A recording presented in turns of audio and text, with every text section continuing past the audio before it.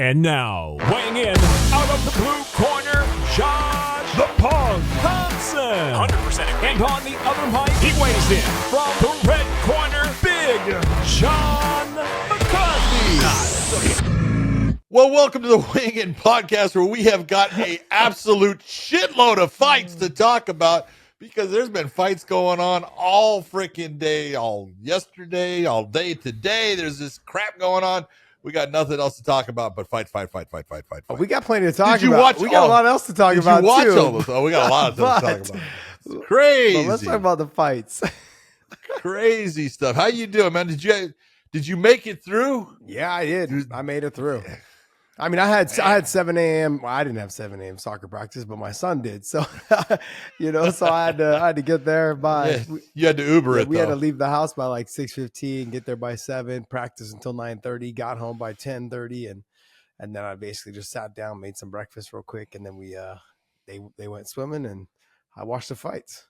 And here we are filming the show directly after, so you guys can have it first thing in the morning. Gosh dang, bam. As long as Keto George does his fucking job. He's already saluting me going, yes, sir, we will. Yes, sir. Hey, I want to let you guys know we offer memberships now to our YouTube channel. Make sure you guys subscribe to us down below, but also memberships are available for $1.99. You get the little icon next to your name when in the comments. So when we do our live chats or anytime we do super chats or anything like that, you will be able to comment. We'll be able to see who is actually a member, and then we'll be able to answer your questions first. We also offer a tier system, which is there's a $4.99 one as well available. So become a member, and guess what? The memberships for the $4.99, we're going to be giving giveaways, whether it's weighing in sweaters, whether it's signed memorabilia, whether it's just one-on-ones with you guys. Possibly there's things that we have in the works right now. So just throwing that out there for you guys.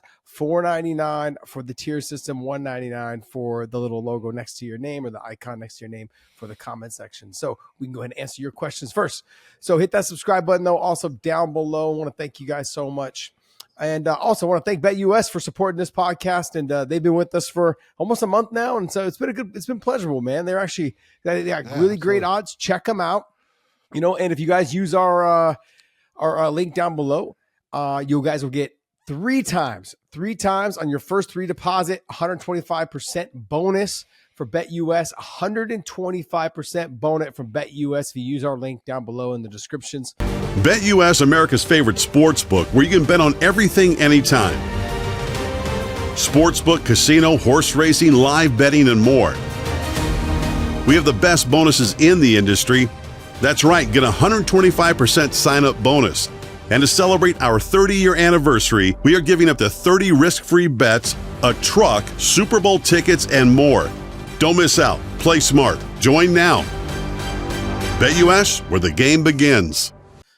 Guys, it's been awesome. Look, I came up a little bit short, John, on my parlay. Ikram lost, and so did Jason Jackson. I was like, nah. So, oh, man. And we'll talk about the fight with Ikram. We'll talk about the fight with Jason Jackson, obviously. But, man, I was feeling good after I called for the Brent Primus submission, probably round 2 or round 3. And he gets it in round 3. And I was like, yeah, I got it. And I'm like, I'm on my way, And jeez, man. Then I laid a goose egg, buddy. Laid a goose egg. Big fat goose egg. There was a lot of goose eggs flying all over the place. There was yolk everywhere. Yeah. In my face, there was a lot of yolk. It was just horrible. Man, I feel like I had to take my foot out of my mouth. Those were my fights that I thought were going to be like runaways, and just they weren't like that. I mean, jeez, man. No. Look, we'll get into it, though. But, John, what else you got to say? How was the experience for the PFL yesterday? All day in front of the camera, and then again today with Bellator, all day in front of the camera.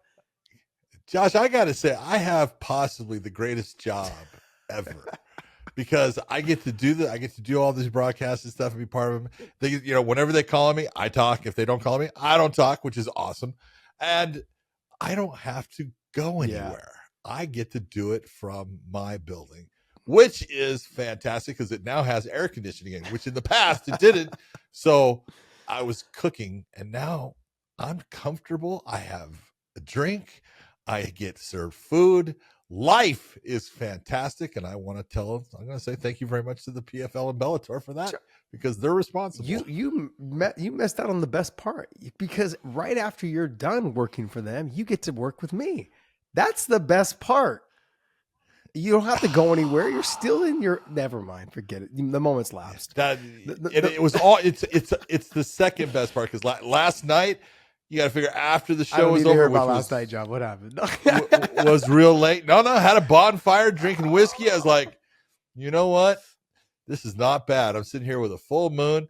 Just did a show. Got a beautiful bonfire. Look, how much better does life get? I mean, honestly, John, you moved from a lake, so it could have been a little bit better.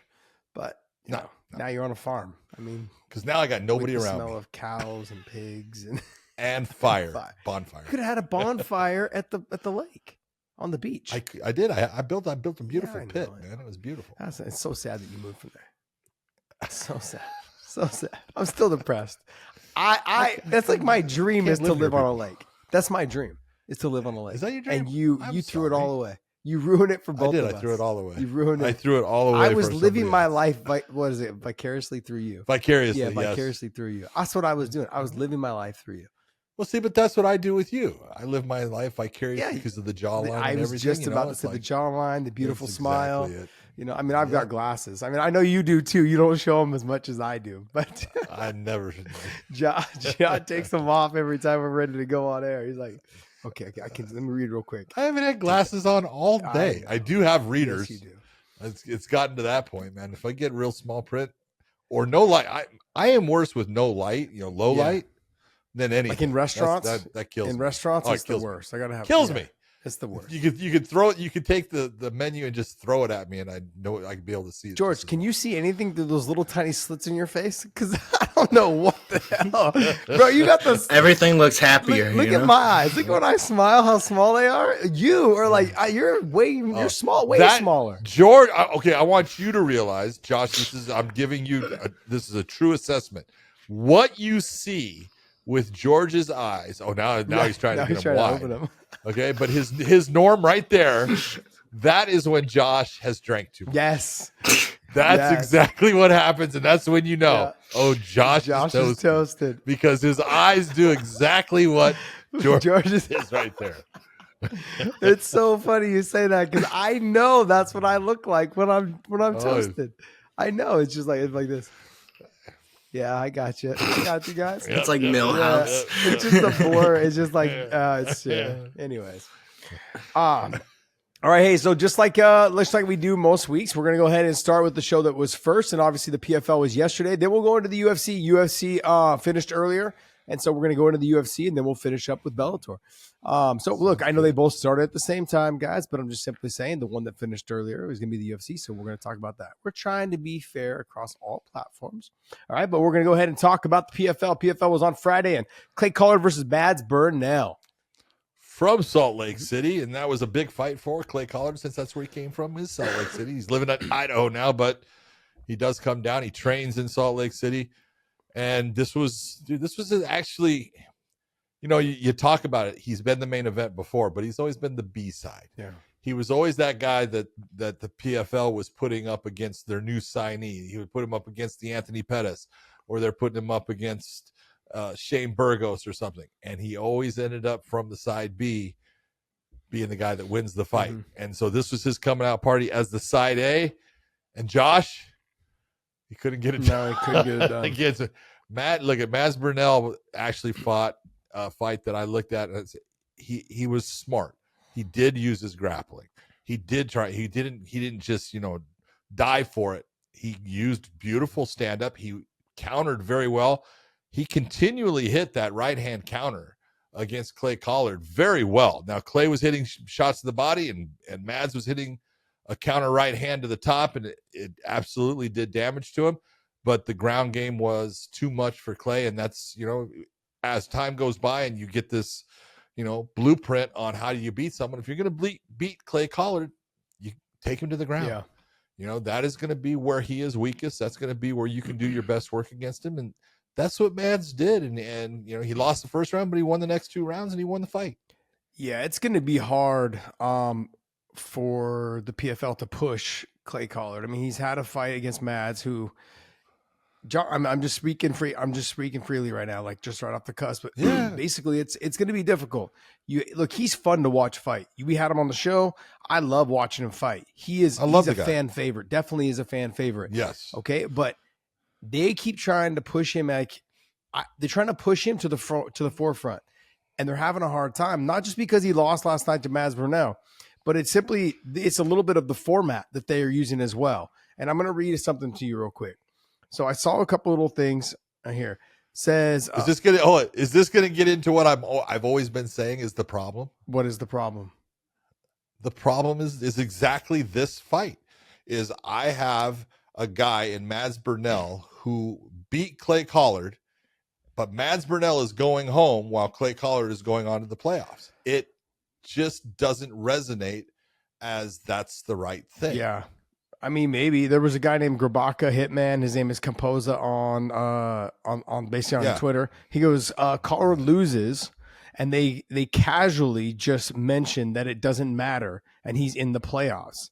Need this format to go away as soon as possible. Just do an 8-man tournament so the best person advances. Okay, and that's really, I work for the company, and I love their forward thinking and how they're trying to do certain things. But I look at this and it does not resonate well with me in the fact that the point system is dependent upon the matchmakers and who they decide to put the fighters against in the beginning. You can take a look and say, okay, out of this night, you had, Antonio Carlos Jr. He had won 6 points in getting rid of Simon Biyong in the first round of his opening fight. 6 points. Great. He loses to Alex Polizzi. Okay. Alex Polizzi is going home and Antonio Carlos is going on. And it just doesn't make sense. I've said it for a long time because I've watched the PFL and I really enjoy, a lot of the fights are fantastic. But when you have somebody who beats a person and that person who wins goes home, it doesn't add up for most people. That's why, like he's saying, the tournaments like Bellator did where, hey, the whole thing is win. Yeah. I had a manager who sent me that Capoza thing, the tweet. And then later he goes, honestly, I stopped caring about the fight as I was watching when they said neither guys could advance, because they said that several times in some fights. Yeah, they did. After the second round or halfway through the second round, neither guy can advance. Now all of a sudden the fight that was exciting doesn't interest me anymore because the announcers are telling people it doesn't really matter. Neither one of these guys is going to go on. Now it's less. Yeah. This fight means nothing. Yeah. So it says advance. I was thinking the same thing as I was listening. I was on the broadcast. I'm sitting there listening. So that just doesn't sound right. It says neither fight can advance. So they didn't finish the fight in round 2. They did. That's what they said. They did that several times that night. It said also fighters knowing they don't have to win, but only have to survive, make boring fights. Well, this almost comes back to the whole open scoring thing that everyone talked about. I said, well, here comes this part where you think it's going to be great and it's going to end up biting you in the butt. It won't bite you in the butt all the time. I'm not saying it will. There's times that it could actually help you, but there's times it will bite you in the butt. And that's what happens when you have these types of things. And I look at it and I go, if you have, the easy ones like the Dakota Dacheva, who, look, she got rid. She got 12 points, I think, 6, for first round. In both, it's easy. She should go on. But when you get the ones that they fought 2 fights against people that were really good, they lost one in a decision, and then they come back and beat another good fighter in a decision, but they go home because they only got 3 points total. It's like, I don't know. I would like to see something put in there that's a little different. Yeah. Look, everything needs to be altered. Everything needs to be adjusted over time. There's just some things though, and there's some things in life you just can't change. Fighting might be one of them. You can do a tournament where the best person goes on to win. You can't make everything the NFL, the NBA, Major League Baseball. True. Okay, look, boxing's been around for over 100 years. I'm sorry, man, but you just can't make it what it's not meant to be.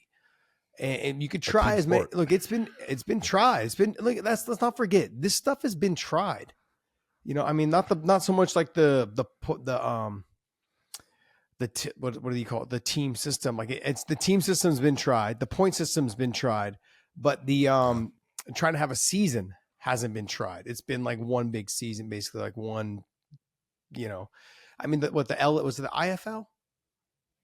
IFL was teams. Yeah, the IFL was teams. They went, who won the most fights. I mean, that made actually a little bit more sense than this because, like you said, it all comes down to the matchmaking. And if you have a matchmaker who is a little bit more favorable to the person that they think is more marketable, which is very reasonable to believe, okay, because I am the promoter. I'm the person that really wants to make sure this person gets more TV time because they are either a better fighter, they're better looking, they fight harder, they're more marketable. All the things that bring sponsors in. That's where they're going to go. And so I know in theory they thought it was going to be a good idea. I think there's just too many questions. There's too many ways for it to be flawed. And it could end up putting a big black eye on some of the sport. I mean, I've got managers calling me and texting me. I've got fighters calling me and texting me going, this shit's rigged, man. This shit's rigged. And when you get fighters and they're not even the ones fighting. They're not even fighting. They're the ones going, you can sit there and say it's rigged, but it's not. But the promotion could do things to make it to where someone couldn't say that. And that's what needs to be done. Yeah. Because if you make it to where, and this is where I totally understand where a promoter wants to have control over some of their product. It makes sense to me. And there's nothing I can say to say, well, no, you shouldn't. I guess you should. But you can go back and watch certain tournaments where, even in the early UFCs, the very first UFC was all picked and matched. And people have the ability to go back and say things about it based upon those fights were picked and matched. But when they then started going to UFC 3, 4, 5, they started using a lottery machine with, names attached to numbers, and those numbers come up. Those two, that number 1 and that number 4, those match together. Boom. And there was no human inflection in it as far as anyone being able to say, hey, you know what? It's not fair. Yeah, I just keep going back to, like I said, I have fighters that are reaching out to me they're not even in the season.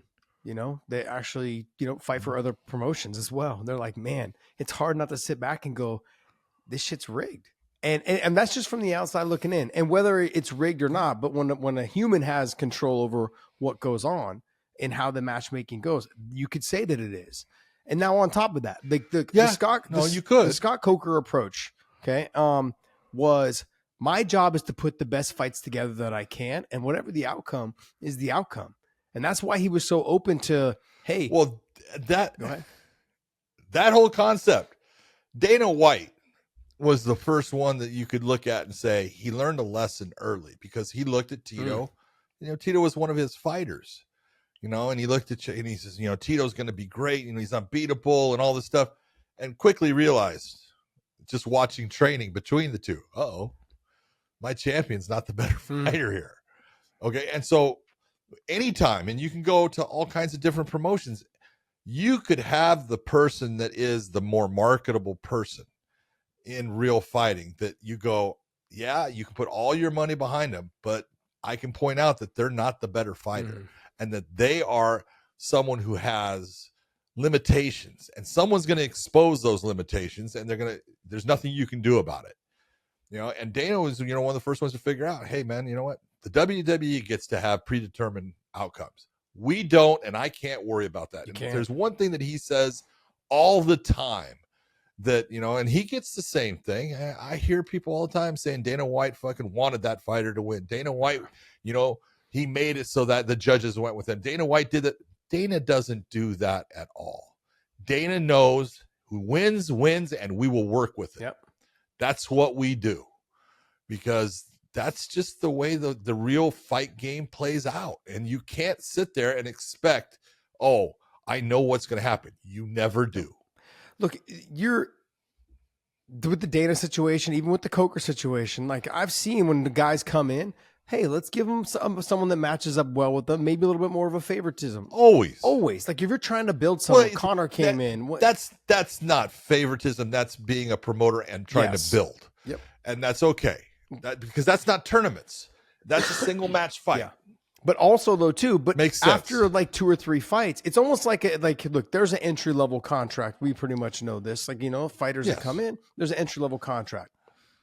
They want to see if the cream rises to the top. Can you withstand fighting under the bright lights? Are you going to perform under the bright lights? Are you going to bring the action? Are you going to play it safe now that you're here?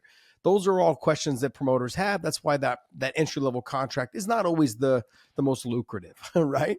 But look, with the Conor McGregor situation, and we've seen it with other fighters that have come along. With Aaron Pico, but they're paying you to get experience. AJ McKee, what's it called? Aaron Pico, like fighters that came in at a very young age. Hold on, there's the difference right there. You just said the two names right next to each other. AJ McKee came in under one of those contracts. He was an amateur fighter coming in to be a pro fighter, and he took that smaller contract to get people that he could get experience against. Aaron Pico, different realm. He picked, I want more money, so we're going to put you against tougher competition. Yeah. And it didn't work out for him in the beginning. And he had to learn as things were going, and it was tough on him. And, he's unbelievable today, but he had a lot of bad experiences in the cage based upon a lack of fight experience, but having to fight people that were tough. And that experience is going to end up it hasn't come across. It takes time to build that up. And promoters know that. That's why they give you that entry level contract. Hey, I'm going to match you up with this person you might be able to beat, but let's see if you can fight. And let's see how you do it. Can you get rid of them? These are people you should maybe be able to beat, but you got to be able to get rid of them. That's for 2 or 3 fights. But at the end of the day, you got to be able to do what Conor McGregor did to Jose Aldo. You got to be able to do what he did to Eddie Alvarez. I'm sorry, but those guys are no slouches. Obviously, we know they're the greatest, some of the greatest that's ever stepped foot in the cage, whether it's a ring or a cage. I mean, Eddie's fought everybody. He's got a list. He's got a list that's long and distinguished, my friend, like him. And then obviously Aldo the same. And Conor went out there and made both those fights look easy. And so, look, we can complain about it. And I was one of those guys in the beginning. I was like, man, they're giving them guys that are just all stand-up guys. And I was being honest. It's true. I thought that they were favoring him in the stand-up. Hold on. That was out there. Yeah. Let's be honest. That was part of the thinking was, like, they gave him Marcus Brimage in the beginning. They did give him Max Holloway. And Dustin Poirier. But Max Holloway was a young fighter at the time. Okay. And then they gave him, Dennis Seaver? Brandao. They gave him Brandao, I think, too. Diego Brandao in Ireland. Yeah. Okay. And you look and you go, okay. But then they did give him Dustin Poirier. And you go, look at Dustin's got good stand-up and a good ground game. And then they gave him Chad Mendes because everyone would say, well, you haven't given him a wrestler. Chad Mendes. But on short notice with Chad. So I get it. I agree. I agree. But all that stuff washed aside. It was all rinsed away when he went out there and did what he did in 13 seconds to Jose Aldo. They gave 0 Fs. That's what they gave. They gave 0 Fs on one. And then he went and made it look easy against Eddie. And everyone's like, there's just no doubt now. We're just going to stop pretending like he's bad. Yeah. Okay. Or like, he can't fight. He can't fight a good guy. I mean, he's fought the best, two of the best. Everyone that was talking shit said, okay, I'll stop saying that. Yeah, I'll stop saying that. Otherwise, he may do that shit to me. No, I get it. Yeah. Look, I'm just simply saying, like, like you said, I like the forward thinking of the PFL and kind of where they're at. I honestly believe some things they're not meant to be reinvented. Look, this is not meant to be a season. Now, if you want to do a tournament where there's 8 men and the cream rises to the top, the best fighter moves on. I think that's the best way. It really is the best way. I don't know. I think that's been around for so long, and that's why it's been around for so long. Trying to make it a sport, like a season sport, is just extremely difficult. And I get the whole, this is the toughest thing because there's 4 fights in 8 months or whatever it is. Well, it's still the toughest test. It's still hard. Anytime you're going through a tournament, be it in MMA, be it like the PFL does, which is over a season, be it like Bellator used to do, which was over a specific set of months, or be it like the UFC did at one time, it was over one night. Yeah. It's a bitch. All of them. Well, I mean, look, you can even take boxing. Remember when Showtime did the Super 6 or whatever it was? Oh, Jeez, yeah. those were freaking awesome fights. I loved it. Yep. I wish they could do something like that again. But I mean, like that was so action packed. But that was done over. I don't even think they finished that. I mean, I don't think did they finish it. Andre Ward won it. No, but I'm saying there was a bunch of mess ups towards the end. Remember, like some guys. Well, there was some fighters dropping out. Yeah, dropped out and stuff. So, but overall, Andre Ward, man, that was such a great thing. Such a great thing. I felt like for boxing. All right, look, let's go ahead and move on. Clay Collard, obviously, is going to move on. Mads Burnell's not. Mads Burnell did what he needed to do. He got the grappling involved, and that's where he excels. Like I've said, I've trained with him, roll with him. He's a lot stronger than he looks. He actually had some great stuff on the feet as well. Was touching Clay on the feet. He does that little peekaboo, kind of rolls with it. Like he doesn't take a lot of damage up top. No, he doesn't. He takes more shots to the body. But he should have expected that from Clay. Clay goes to the body very well. Yes, Clay goes to the body. No, he did some good stuff, though. All right, let's go to the next fight. You got Impa Kasanganay versus Jacob Nedoh. Man, I'll tell you what, Jacob Nedoh is doing great in this fight. He was winning this fight all the way up to the point where in the second round near the end, man, all of a sudden Impa, he exploded, landed that one shot right at, on the temple and went after him and just did exactly what he was supposed to do. In going after him, the referee let it go too long. I'm going to tell you right now. Okay, when you've got a guy who is standing as a fighter but bending over at the waist, looking down at the ground with his arms kind of, that's not a person that can intelligently defend themselves. Okay, your job is to say, all right, you're trying to defend yourself. I'm going to give you a chance. And they're not even trying. No. They don't even know who they are at the time. But, good job by the doctor to, ask. Because what happened with the referee was, and as Dave Stelio said, I know him well, he hears the 10 seconds and he allowed the time to make a decision for him. You don't do that. This is where we tell people all the time. Look, if you make it through the time, great. If you don't, great. Yeah. If I need to stop the fight, I'm going to stop the fight.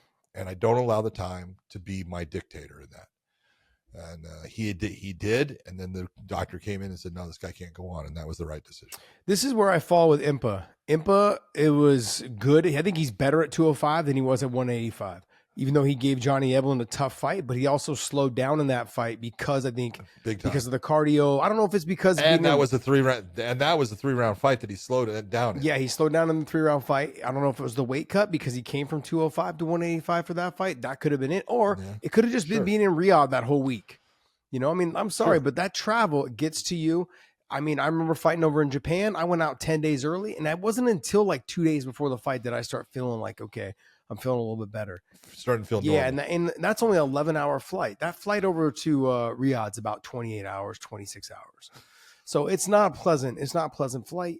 And then just trying to find areas. I mean, sure they had areas to work out in, but the air is different over there. It's a lot windier, a lot dustier, a lot drier, all of those things. Beautiful city, just it's different. If your body's not used to handling it, what you're breathing in, how your body takes to it. Where does Impa live? He lives in Florida. Yeah, he lives in Florida. Yeah. What is it like there? Humid. Not dry. Which means water in the air. It's totally different. Yeah. No. So not used to it. I'm looking at Impa in that fight with Johnny Evelyn. It was in Riyadh, and then now this time, I mean, I thought he had a good fight this time around. He just looked like also too a little bit that the size of Nedoh got to him a little bit. I didn't realize how big Jacob Nedoh was until he got in there. And Impa's not a big guy. He's thick, got big legs, thick ass, small waist though, but just a wide back. He's got some speed, which I don't recall him having that much speed, but yeah, he does. He's very accurate with his strikes. He had to dig deep in this fight though, because he was losing this fight. Yeah. And he was cut. He was cut and good. That change. And people don't. I think you got to start giving fighters respect because you know how many times I've seen fighters give up because they had a cut. They've just been like, "Oh no, I'm bleeding. I gotta just change everything." Like they don't know what to do. Some people freak out. Yeah, they don't. Some people freak out because they're okay seeing somebody else's blood. They don't like seeing their own. Yeah, I hate when people make me bleed my own blood. I ain't got time to bleed. I ain't got time to bleed my own blood. All right, next fight: Patrick Ferreira versus Bruno Miranda. Dude, it was a great fight. I thought it was one of the best fights of the night. Man, I'll tell you what. They started off. Patricky got hit with a pretty good shot that kind of stiffened him a little bit. He bit down, came back. Great round. He won the round, but then Bruno started coming on in the fight. And I mean, they had their moments, and it was a back and forth, through some of the parts of the round. But I thought that Bruno Miranda, I know it was a split. I thought Bruno Miranda deserved to get that win. I thought he landed the better shots throughout most of it.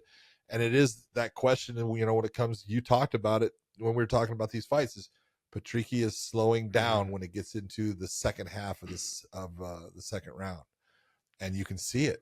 And he really starts to have some problems with it. And so there's got to be something that's got to work out there. I don't know if it's because of he's 38.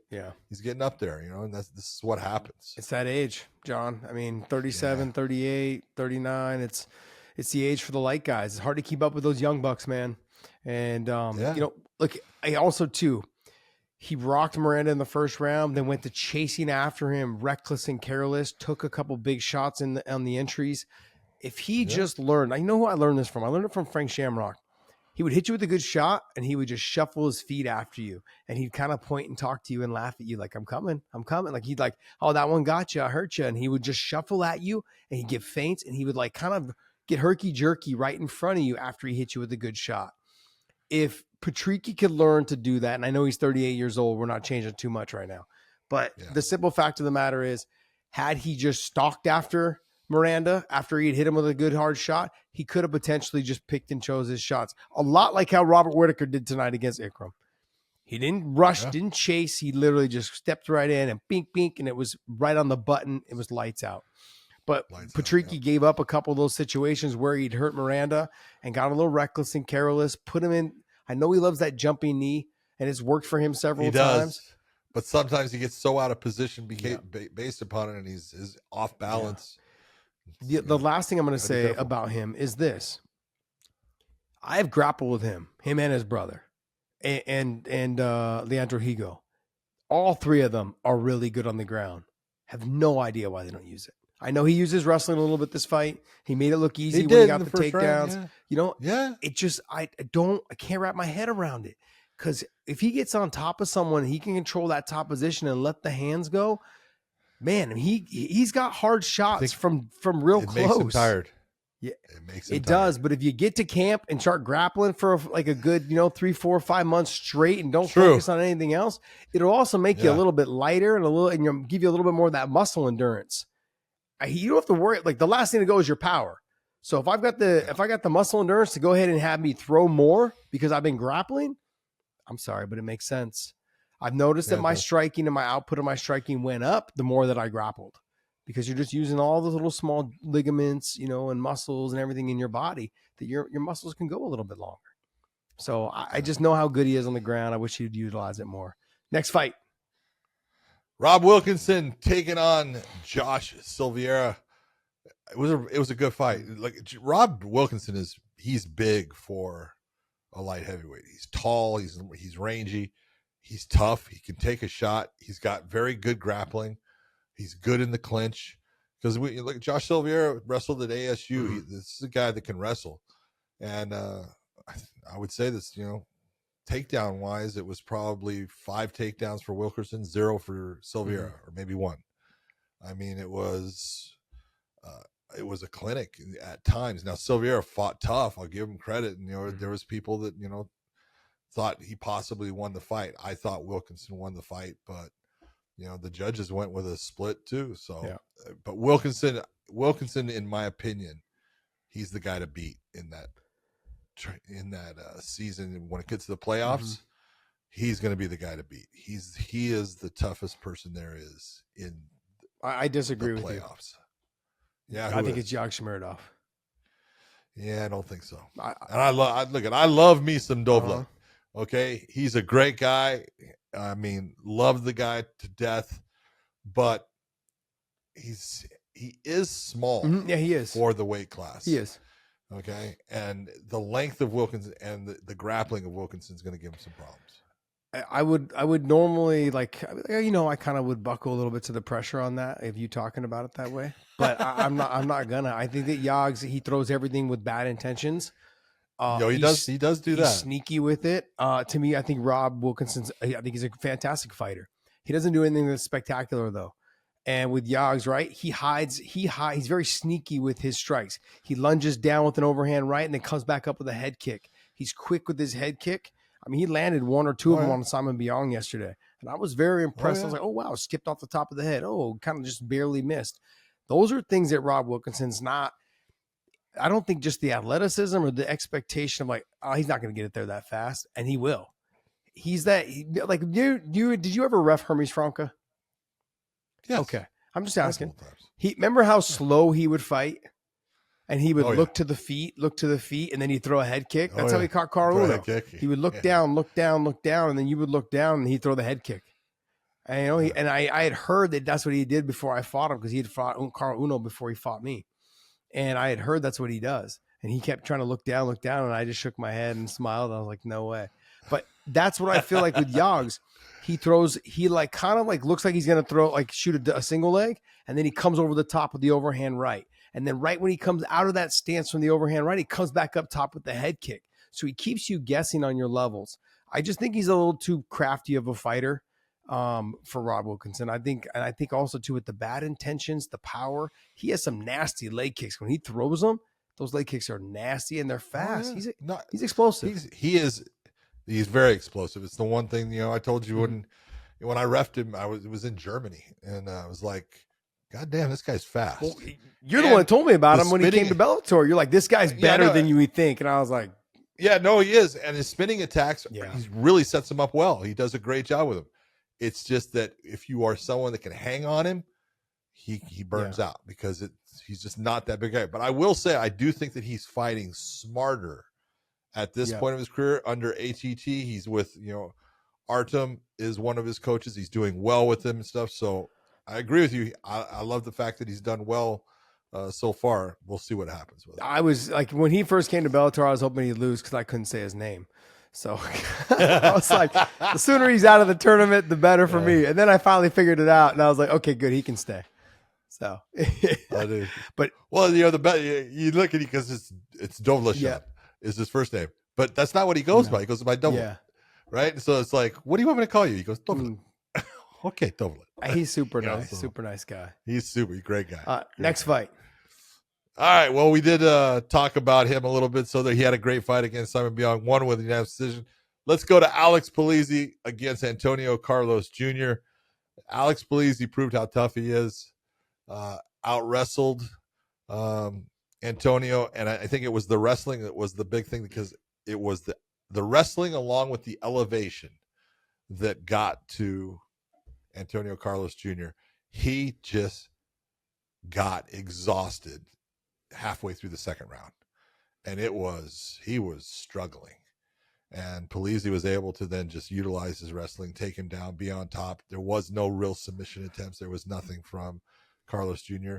It was just a night where what he was facing, along with the elements, added up to give him a defeat in the PFL. John, you're high on Antonio Carlos Jr.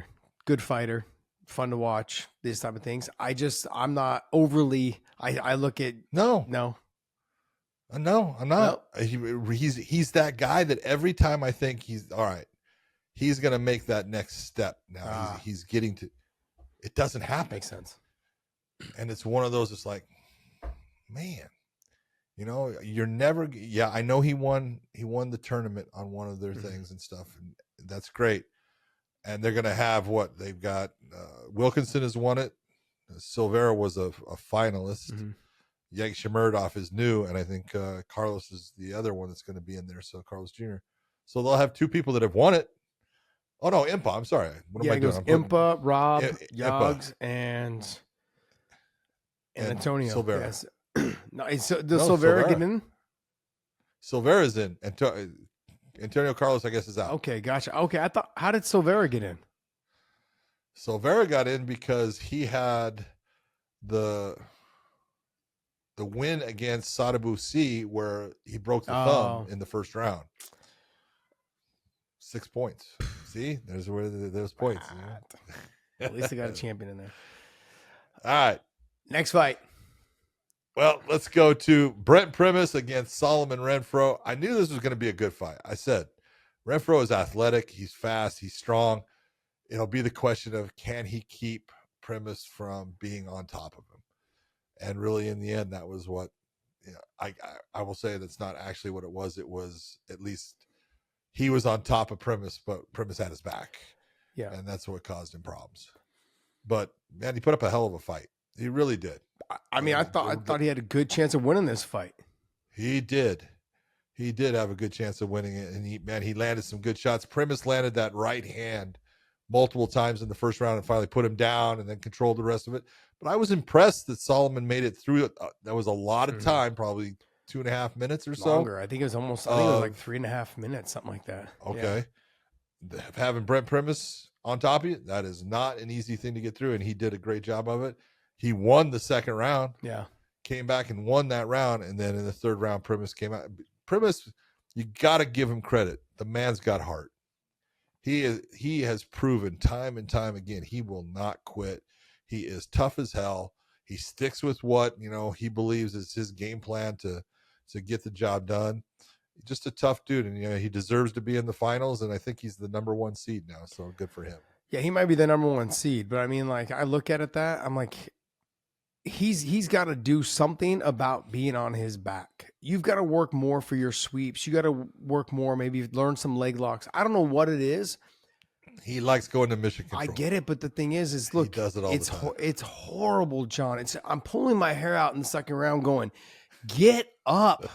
Just get up. I mean, I've seen him lose fights because he just hangs out on the bottom thinking he's going to get this submission. I'm sorry, but we're in round 3 and 4 and you're super sweaty and bloody. We're not getting this anymore. Okay, get out of there. Yeah, I mean, I agree with you. You're living in a fairy tale, like in this fairy. But I got to say, I do enjoy him as a fighter. Absolutely. As far as his grit. Just a tough dude. Well, John, there's another little gripe I have about this. Okay, with the PFL's way of doing business. So, back to some people that were texting me. They basically said, lastly, I want to know, Brent Primus basically being forced to fight a guy who came in overweight just so he could advance. What do you do if you don't take that fight? You're out of the tournament now too because your opponent didn't make the weight? Yeah, I would think. I know his opponent loses points. And he can't get into the playoffs. But what does that do to me if I decide I don't want to take that fight? That's a total fuck up in the way that they do their business. That's okay. Well, all right. So let's say the guy comes in 8 pounds. I would give you a choice, and the choice would be: look, you can fight him, and he didn't make weight. He's going to lose money. He's going to lose the point, or I'll bring you another opponent. But you're not going to just move forward if you don't fight. Okay, I can see the other opponent, but let's just talk about look, if you have a Kelvin Gastelum that comes in a whole weight class above, am I being forced to fight that guy if you don't have another opponent? Well, you should again. You can't be forced to do anything. You understand what choice. I'm saying? I understand what just you're like saying, I wasn't forced to take the vax, right? Hey. I don't know what you did. I think all of us were on the same fucking bus. I was just laughing. But you got to look and say, when you have a tournament, you're expecting your opponent to make weight. When they don't, it becomes a problem in that tournament. Yeah. But I would give the option, hey, I'll get you another opponent, but it's going to have to be one that I pick out of the people that are already fighting. Well, yeah, I mean, it's a tough position to be in. Literally week of, though. And so what I'm saying, though, is you're going to pull someone from the card, right? I would expect that. But I guess my next thing is if you don't pull somebody or you just don't have somebody that really you want me to fight, then I'm stuck fighting this guy. What happens now if the commission, because we've seen this, someone comes in too much overweight and they're like, no, he cannot fight. And then now you don't have a backup guy for me. Now am I out?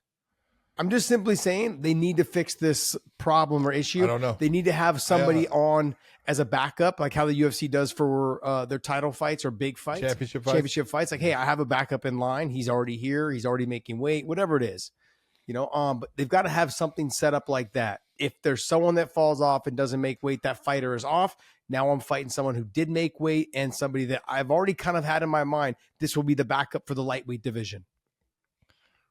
I think that's more fair than, because I mean, he was kind of not forced. He was basically put in a situation where if he doesn't take the fight, he doesn't advance. Okay. But I mean, you did have it's as simple as this.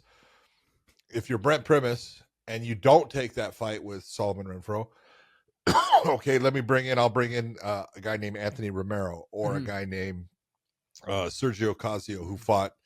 I'm just going to have to break up that fight, but I'll give you a different opponent if that's what makes you happy with this situation. That's all I can do. No, exactly. I get it. I understand what you're saying. It's just, it's a weird, like they're going to have to figure. Yeah, no, it is. They're going to have to figure something out for that type of situation. These are things I don't think that they've gotten that far ahead into. Like, you know, they're relatively a new promotion. You know, now they have triple the amount of fighters they had before, and they're still trying to figure it out as they're going. Look, this is what, you know, you can go back in time, you know, with the UFC and all the growing pains, and there was a ton, you know, we were part of it. I was part of it. You were definitely part of it. But I was, but it's like everyone thinks, oh, it was all smooth sailing. You know, it's like, fuck, are you crazy? Right. But they worked their way through it. You know, well, it's the same thing. The PFL, you're gonna have to work your way through those things, and you're gonna figure things out. And you're gonna learn things, and that's just, it takes time. Yeah, it takes. You think you know until all of a sudden it hits you in the face. You go, shit, I didn't think of this. Yeah, I want to remind everybody that, like, when I had gotten to the UFC back in 2001, 2002, there was only still 9, maybe 10 pay-per-views a year. There wasn't a lot of events every year. Oh yeah, no. So they wasn't like, we were only at UFC. When I got signed, it was UFC 36, 30. No, it was before 36. When you got signed, UFC, there was probably 6 to 7 UFCs a year. UFC 30, I think 30 or 32 is when I got signed. 30 was the first one. 30 was the first UFC owned by. So then I got signed at 32. Then UFC 32, it's right out around that 32 or 34, something like that. Because I remember UFC 40. UFC 40. New Jersey at the Prudential Center. Yes. UFC well, I got signed in Hawaii. At Tito Showdown. versus Elvis Sinisek. Yeah. It's just weird. About that long time.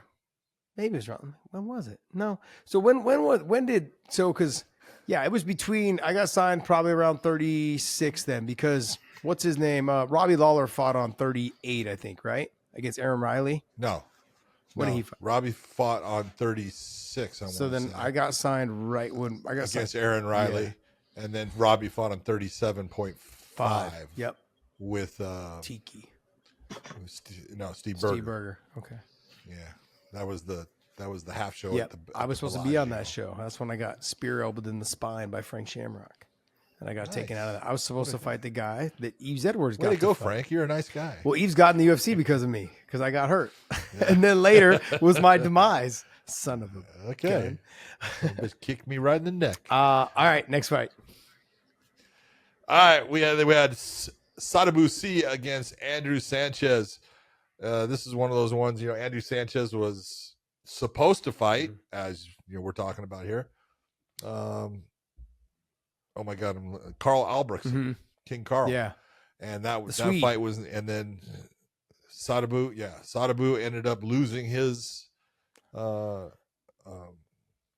dance partner, his opponent, just decided, I'm just not going to fight. And so it gave the chance for Andrew Sanchez to step up and be part of that, to possibly go to the postseason. Mm-hmm. It didn't work for him. He took the fight, last minute with completely different style of fight. If you're looking at Sadabu versus Carl Albrechtsen, King Carl is a good grappler. Andrew Sanchez, good grappler. Sadabu's not really a grappler. Fast kicks are beautiful. So big change for Andrew, and he went to the third round with him, and ended up getting hit with some shots that hurt him. They stopped the fight, but I mean, nice showing by Andrew as far as, not an easy situation. Tried to make the best of it, wasn't able to get there, but Sadabu C at 205 is fast. He is a little. I wouldn't say undersized because he's tall and long. He's just. I don't think he's undersized. I agree. I don't think. I wouldn't say he's undersized. Is what I meant. What I said. But I wouldn't say he's undersized. I just don't know if he has the physical strength, to deal with the 205 pounders. Because the speed is there for sure. The reach and the range is there. I think the height is there.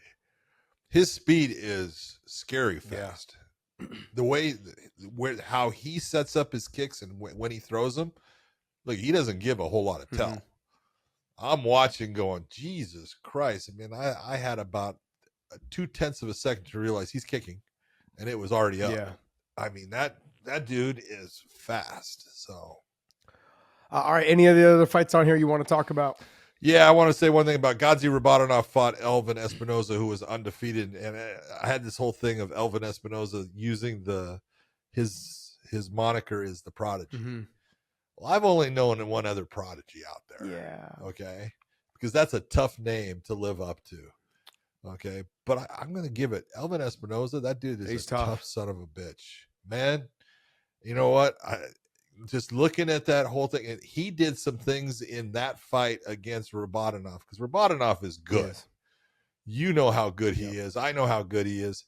He tossed him off of him a couple times with a throw that moved out of it and stuff that I go, well, maybe you are a little bit special, because God damn it, son, that was impressive. Yep. You know, but he didn't get the win, but man, he did impress me. I gotta say, he had the come from behind knockout against Piccolotti. Yeah. He had lost both rounds to Piccolotti, the first and second. Comes up with a flying knee and gets the win, and pretty impressive. Speaking of my boy Adam Piccolotti, congratulations on the win, buddy. Good work, nice job. He didn't deserve that one. I'm sorry. Whatever. Whatever. Gifted. All right. Real quick, talking all this old UFC, I just want to say R.I.P. to Taylor Wiley or Teila Tuli. Teila Tuli. Teila Tuli. Teila Tuli. Yeah. Teila Tuli was one of the first. Well, he was actually the first man to ever step foot in the octagon for a fight. He was the first person out. And I want to say this about him. First off, he was a nice guy. Very, fun to be around. Just he had a good humor about him. But he was, the whole thing that people don't know about and stuff is, with the first UFC, a lot of the guys didn't realize if it was a work or a shoot. And when we talk about work or shoot, a work means that it's like the WWE. A shoot means it's like the UFC. It's real. And they're brought together for a rules meeting. There was 3 rules for that show: no biting, no eye gouging, no groin shots. But they got into this whole thing of wraps and stuff, and they had these sheets that the company WOW and Semaphore wanted the fighters to sign, that was basically saying, hey, if I die, it's I'm taking this under. It was a whole release of liability thing. And none of them were wanting to sign it. The only one that actually signed it, Hoist had already signed it because it was his brother and stuff. But Teila Tuli was the one that stepped forward. He got tired of being in that room. And he steps forward. He says, I'll tell you what, right? He signs his name. He throws it at Art Davie. And he says, if any of you want a party, I'll see you tomorrow night. Yeah. He walked out the door, and every one of them went up and started signing the damn thing. Oh. So he was the reason for it. But 56 years of age, Taylor has passed. Rest in peace to a really good man. Had a great career working, as an actor with Forgetting Sarah Marshall, Hawaii Five-0. He was on Adam Sandler stuff. He did a lot of Adam Sandler stuff. Because he was a good person, man, and people liked him being around. He had a great personality. Yeah, Adam Sandler always worked with his friends, people that he cared for, people that he thought had good hearts. He is known for working with people that always kind of express like kindness, and so that says a lot. Yep. He worked on several shows with Adam Sandler. Thank you for bringing that up, George. I'm sorry that I forgot. And John, so there'd be no UFC 1 without him. No, there would be no John McCarthy without him. I'll tell you that. So a lot of people now don't like Teila Tuli, but his fight is the reason I got my job. It was, I was never looking to be a referee and didn't want to be a referee, but he, got kicked in the face by Gerard Gordeau. The infamous one tooth goes flying. One tooth did stick into, It's not like he lost just one tooth, and one tooth, was planted into Gerard's foot, which later became infected and stuff. But so it was João Barreto was the referee, and he stopped the fight. He wasn't supposed to, and that's how I got my job. It was all because of Teila. So UFC 1 was because he got everyone else to sign the waivers, and UFC 1 is the reason why you had a career. Very impressive. That's exactly it, man. You owe a lot to that guy. I do. I do. He was a good man. All right, hey guys, before we move on to the UFC, I want to thank our sponsor, LMNT. Whether you're an Olympic athlete, professional hockey player, MMA world champion, or just an active kid, LMNT helps anyone stay hydrated. Each stick pack delivers a meaningful dose of electrolytes free of sugar, artificial colors, or other dodgy ingredients. Get your free sample pack with any LMNT drink mix purchase through link in bio. Also try the new LMNT Sparkling, a bold 16-ounce can of sparkling electrolyte water. Roll, train, ride, or play, but stay hydrated and stay salty.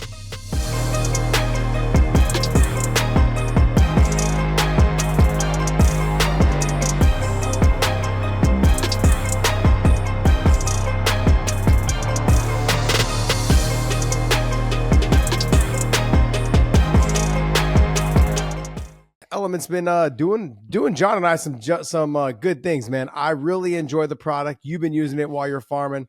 I love it. My son and I have been drinking it. He just played some games this morning. What I do is I buy the mixtures, the little packets. They're like the liquid IV packets. So what I do for the kids is I'll pick half of the packet in a 16-ounce glass of water or in like a Yeti. I'll have them mix it up and they'll drink that. And then I'll put the other half in for later while they're training or whatever it is they're doing. Like my daughter doing gymnastics, my daughter doing soccer, my son doing lacrosse, my son doing soccer, whatever it is. But I'll have them make sure that they're always drinking the LMNT. I try to water it down a little bit more for them because it does get a little salty, but staying salty is good. Like we were saying though, is they also offer the sparkling, which is right here. And as you can see right there, it's 1,000 milligrams of sodium, 200 milligrams of potassium, and 600 milligrams of magnesium. All good for your body. Whoa. 600 or 60? Sorry, 60. My bad. Did I say 600? Boy, you need a new set of glasses. I do need some new glasses, man. I actually just cleaned them too, just so I could see. Damn. But hey, guys, the link is down below in our descriptions there. And if you guys head over there and you guys use that link for a purchase, they will send you a bonus of extra mix packages. Also, the sparkling is now available as well. So if you buy the sparkling, they will give you bonuses on the sparkling as well. So those are also available for you. So before it wasn't because the sparkling was too expensive to ship, but they're seeing such great results, not just from the Weighing In podcast, but from all their other people that are helping them market and all their other influencers, that they're crushing it, man. So you guys check out their product. There's no sugar at all in LMNT, and it's good for you. I'm telling you guys right now, a lot of my career was based around the fact that I was so dehydrated because I didn't drink enough water. It wasn't until my career started, it wasn't until I started drinking more salt. I would drink like some Celtic sea salt with a little bit of some other vitamins and minerals in my water, mix it up, shake it. And I would drink I have to start drinking like 6 liters a day, trying to get this in my body. That's horrible. It's horrible because it just goes right through you. This keeps it really from going through you. Also keeps it in your muscles. Look, I want to explain to you guys, when you guys tear your muscles in training, whether you're lifting, whether you're training, and you are tearing your muscles if you're working out, and you are, and it'll help. It's not an injury. That's what helps build it. That's what helps build muscle is by tearing it. And to rebuild those muscles, you need salt. You need the water to be in there, so the salt helps the water stay in those areas for your body your muscles to regenerate and to grow. So hit that link down below. Head over to LMNT with every purchase you guys use through our links. And it's not just a one-time purchase. Every time you guys use our link for a purchase, they send you a bonus package. So whether it's their newest product out, whether it's apparel, whether it's a hat, whether it's whatever it is, they're sending you guys a bonus gift on us from the Weighing In podcast. So I just want to thank LMNT. Thank you guys so much. And let's go ahead and go to the UFC. Are we going? No, not UFC. Let's go UFC. Yeah. Sorry, I was on to the UFC from Saudi KSA Riyadh. All right, we got Robert Whittaker versus Ikram Aliskerov. Well, it didn't take long, did it? Let me ask you this: when you were watching the fight and it started, what was your first thought process 30 seconds into the fight? Why are you not right in his face and creating movement? Why'd you stop directly in front of him? Thank you. Why are you standing directly there where it's like, what do you think this is going to be a good concept here? And it was like, you're a sitting target. And we had kind of seen that when he fought Phil Hawes a little bit, as far as he stood in front of Phil. Phil was lighting him up in some ways, but then he caught Phil and knocked him out and stuff. And it's like, okay, he's got power, but Bobby Knuckles is not someone you want to stand right in front of. You have got to be taking angles and creating him to have to move his feet. And when he doesn't have to move his feet and he can just bounce straight in and straight back, nope, that's his game all day long. Like I was saying with Yagshimuradov, like Rob Whittaker's crafty. That he's super crafty with his stand up. He basically like squats his weight down to stuff the takedowns or make you think like, hey, I'm expecting you to shoot as soon as I start throwing. And so as he does that, he starts mixing up. He does a little up jab. He does a little up right hand. He changes up the movements of his feet. He'll switch stances and switch right back. He is crafty. And so as soon as I saw Ikram not like kind of walk him down, start putting pressure, and then moving his head side to side, go back and take a look at Khabib. Go back and take a look at Cain Velasquez when he fought Junior Dos Santos. Always moving the head and walking forward. So you're and dipping the legs a little bit. Okay. Making a little bounce, making them think like, okay, are they going to box or are they going to wrestle? What are they going to do? What are they going to do? You've got to make them think that way, especially in the beginning of the fight. You've got to take their advantage away by crushing that space. I'm not saying that Robert Whittaker's not good in the phone booth, but if you know that Ikram wants to take you down, he's going to try to circle off and keep his back away from the fence. Ikram needed to put his back to the fence. He needed to make him fight off of his back foot, put his back foot against that little black bar on the bottom of the cage. Make him fight from there where he's uncomfortable and where he has to kind of square his back up to the fence, trying to circle out. That's when you can catch people. And if you can't catch him with a shot, then you can just drop down on the double legs, drop down on the single. Normally the double would switch to the single, then go back to the double, whatever it is. He stood right in front of him, John, and he got hit. Once he stopped moving, you were just basically a sitting duck. Yeah. So, but like it all comes down to levels, and he's going to learn from it. He's going to learn, hey, the most important thing you can have in fighting is good footwork, because it'll get you into where you need to be. It'll get you out away from where you don't want to be. And it's so important. It's all part of the foundation of fighting. And when you just stand in one spot, you better have big time power that people are afraid to come in towards, because if you don't, man, you're sitting duck, like you said. Well, if you go back and you take a look at the Chimaev fight against Kevin Holland, it was no secret that he was going to shoot. He shot from 10 feet away the very first takedown. It wasn't like this, like, hey, let me just stand a little bit. No. Let's not forget what we're here to do. We're here to win fights. And if my avenue to win the fight is to get the takedown, then what am I doing? That's what you're going for. Hello. I think there's so much pride that we got to stand up a little bit and fill him out. No. He's got to fill me out when my objective is to get you to the ground. I have to press him. I've got to make him feel uncomfortable right from the get. It's as simple as this. Conor Watanabe fought Liz Carmouche the first time, got knocked out in 31 seconds. Conor Watanabe the second time dove from across the cage for takedowns because her way to win that fight was getting her on the ground. That's what you do. Yeah. Cain Velasquez going against Dos Santos, diving for takedowns on his hands and knees, scraping at ankles. You know why? Because that's what he needed to do to win. Is anyone talking about is anyone talking about to this day how the first round went and how his first couple of takedowns came about? No, we're just talking about the beating he put on Junior Dos Santos after that. That's all we talk about now. How Junior was never the same after that. Ikram had a chance tonight. But when he was in a stand-up battle with Junior the first time, 19 seconds. 64 Was seconds. it 64? Okay. 64. Yeah, it wasn't long. I mean, it wasn't long. Yeah. No, it wasn't long. Yeah. I know. It was my chance to be on TV, and he fucking ruined it. They said, nah. Someone's gonna take that serious. We don't want to see John's ugly mug up there for too long. Fuck no, get him out of here.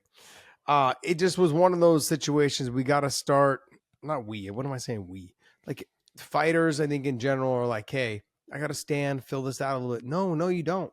You've got to make that fighter feel uncomfortable right from the get if that's your objective. If your objective is to fight him in a phone booth or fight him, in a wrestling match or in the clinch, you need to get there. Get there quickly. And if you have to take the Chimaev approach or the Cain Velasquez approach or whatever it is, you've got to take that approach and you got to do it quickly, because the sooner you get them settle in, they start feeling your movements and they start feeling your speed. That's when the problem happens. And once he stopped moving, he became just a sitting duck right in front of him, able to be hit. And that's exactly what happened. He was moving a little bit, kind of just move it like slightly. And then as soon as he stopped, Robert hit him. Bink. And it was over.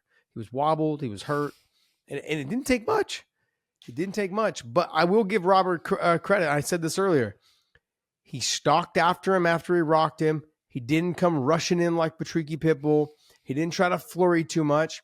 He tried to hit him with some shots. Didn't crush the space. And then he gave himself space to hit the uppercut and the shot. It was beautifully done, man. Very nicely done. Yeah. You know, I was rooting for Ikram. I thought for sure that he would get it done if he got started with the wrestling and just kind of grinding Robert out a little bit, because I believe that if he grinded Robert out in the first 2 rounds, it would have taken the steam off of Robert Whittaker's punches. It would have made him a little bit more hesitant to throw the punches in the rounds 2, 3, 4, into 5. I mean, obviously things will change as the fight of the momentum goes, but momentum of the fight goes. But I felt like he had a good chance of winning that fight had he got started early with the wrestling. Yep, I agree. But really good win for Whittaker. You got to figure his opponent changed. That's not an easy thing. Handled it like the champ that he is. Very nice win. Extremely difficult to do that. Yeah. Alexander Volkov, who did not want to fight Sergey Pavlovich, and basically created another conversation while they were doing the stare down. I love that. It's like, you're the one that said it. It's like, well, they got in there, and this is almost the same thing as you were just talking about before.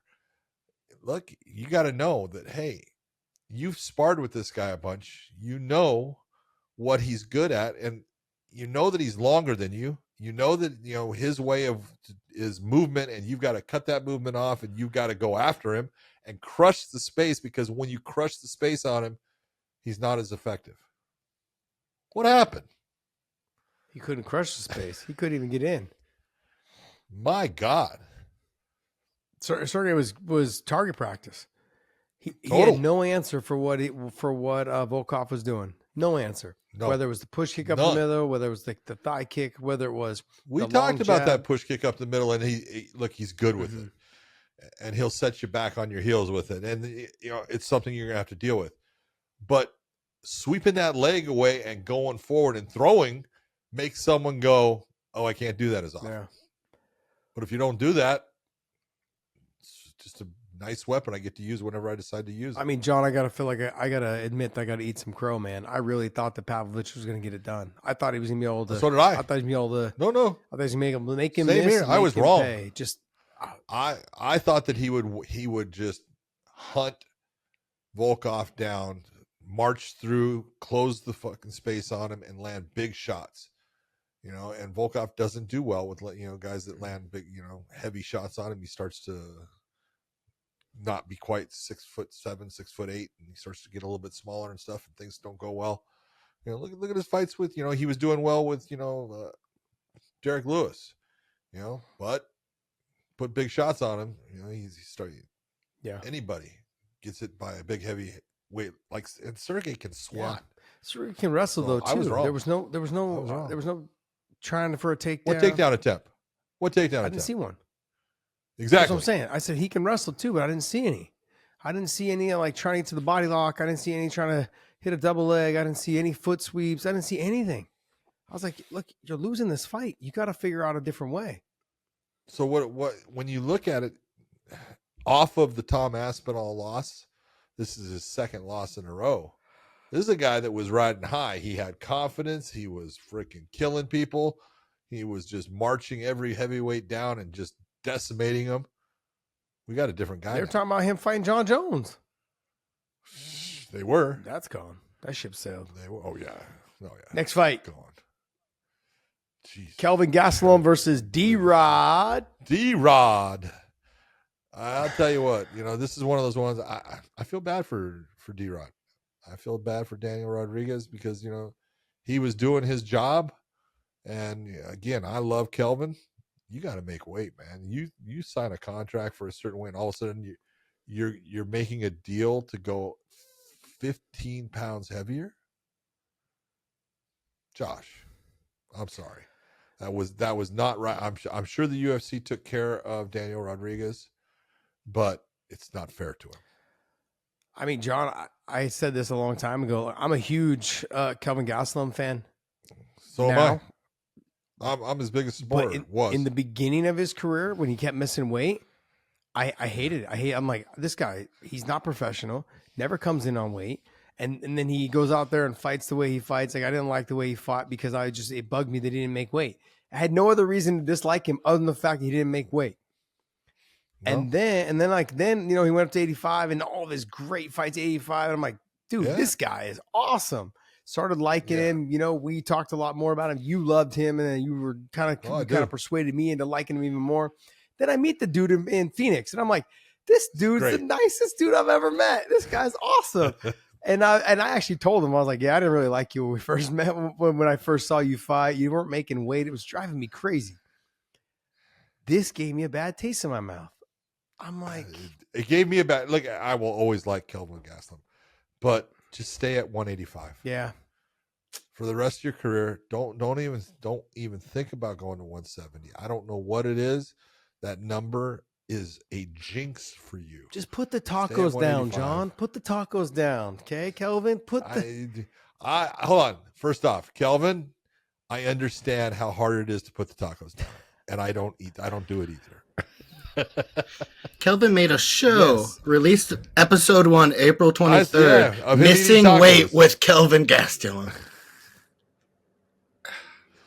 Yeah, I know. I don't know, John. I just take a lesson from Keto George. It's not easy though, is it, George? It's not, but goddamn it, you have the championship in your grasp, man. Come on, just keep it up. It's frustrating, man. It's really frustrating. Shout out Culture Crooks. Shout out Daniel Rodriguez. D-Rod. I mean, look, it says a lot about D-Rod though. True professional. It does. Took the fight. Came up short. I mean, I just felt like Kelvin was the weight bully in this fight. Every time I saw him pushing D-Rod around, I'm like, I mean, would you be doing this at 170? Yeah. The faster would you fighter. have the same energy? Yeah. Would you? All the things. And Kelvin got tired in the third. Yeah. And so I'm just like, okay, so what would have happened when you were at 170? Would you have got tired in the third? Would you have been better in the third? Like, who knows? I don't know, John. I like Kelvin Gastelum. He's won me over in his last probably, 7, 8, 10 fights. But it was a little frustrating tonight to watch, or today, I should say. To watch, I'm just thinking to myself, you're just using your weight, bullying this guy around. This guy had come up 15 pounds. 15 pounds. That's Look, I probably wouldn't feel so I probably would feel differently if there was every 10 pounds. And even then, I'd probably still feel like jaded a little bit by it. But like the fact that it goes from 70 to 85, it goes like 55 to 70, and then it goes, 85 to 205, which is 20 pounds. 20 You know pounds. what I mean? Like, as you get up in the upper weight classes, now you're giving up even more. And then now I feel like you are just a weight bully. So, But see, this is okay. But see, this is the whole thing. And this is what cracks me up about people is that, they sit there and they'll bitch and complain about 3 pounds. Oh, he's 3 pounds heavier. Oh my God. He's 3 pounds overweight. But a heavyweight could be fucking 50 pounds difference. It's no big deal. yeah. So it is a big deal. Yeah, it is. All of it. It makes a difference, but it's just the way we look at it. I understand the heavyweight situation though. Is I don't understand, like, it's a huge weight class from 205 to up to 265. I'm just thinking to myself, this sucks for those guys. I get it. I understand. Yeah. I mean, but they're never missing weight, so I don't want to hear it. But yes, they do. Yes, they actually do, right? They just did. Oh, man. So I mean, look, I look at it and I'm like to myself, like, you just can't make a 220 pound weight class or a 225 pound weight class. There's just not enough top level competition. I mean, we're already struggling at, like, the UFC. Oh yeah, They've got majority of the heavyweights, and there's only like a handful of them that are good. And not to knock the other ones, they're good. I get you know what I'm saying, but there's not a top of them. There's not a bunch of them. They're never gonna be the guys that beat those Yeah. 6 that they have over here. I'm simply gonna say that it's the era for heavyweights was Fedor, Nog. I mean, like you had, it was like that Fedor. Yep. You had Volchenchen. You had like Yeah. Volchenchen should have been a 170 pounder, but he was, Oh, yeah. you know what I mean? Dude, it's great. But you know, like guys like that. You had Mirko. I mean, you had the heavyweight division back then was just freaking stacked. Yep. So, all right, next fight you have Shara Magomedov versus Magomedov, Trocoli. Antonio Trocoli. I think Trocoli was doing a good Mm-hmm. job in that fight. You know, he had obviously Shara's talented. He's got a lot of tools, you know, and stuff. But he's a little bit, shall I say, he's open to people doing damage to him. Let's be honest. Yeah. Okay? And you can see there's a lot of holes in his game and a lot of mistakes that he makes. And I'm not saying that those things cannot be fixed, but everyone that's, you know, jumping on this bandwagon as far as, hey, there's a long ways to go before that is going to be what you're expecting right now. Yeah. So, Trocoli came in. He's a long, you know, tall, strong guy and stuff and everything. But at 185, I'm being honest. Put Bo Nickel against Shara. You must have saw that Bo Nickel called him out. No, Yeah, Bo Nickel called I him did out. not. Oh, Yeah. did he? Smart play You know by why? Bo Nickel. Oh, fuck yeah. There you go. I just said it because it's real simple. Bo Nickel's what, 6-0, 7-0? Right? Shara's what, 12, 13-0? Something like that, yeah. Put him against Bo Nickel. Let's see what happens. I guarantee you what's going to happen. Can Shara fight in America with his one eye? No, he's going to have a hard time. He's going to have a real hard time, yeah. And that's why he's fighting over, you know, for the UFC there. They're going to have a hard, you know, Bisping got away with, we're going to have Michael Bisping on our show, so I'm going to have him tell the stories. But he had some people that were very high-level medical people that said he could see. God bless them for doing. Well, I've got a story for you guys too. Bob Cook, he was the manager of, you know, all the Oh, AKA Bob guys. is another one. Everyone knows Crazy Bob Cook. Well, he's got a lens, like a fake lens in his eye, and so he had to he basically had to take the eye exam, and you know the doctors don't really pay attention, so he's like, oh yeah, you know, I can see. He's got his fingers split. Just he's reading the numbers or the letters or whatever, and he's like, oh yeah, well, you passed. You know, it was a little rough, but you passed. Basically got signed off on and went off and fought Tiki Goshen in the UFC. I mean, there's ways around it for the one eye people. Oh my God.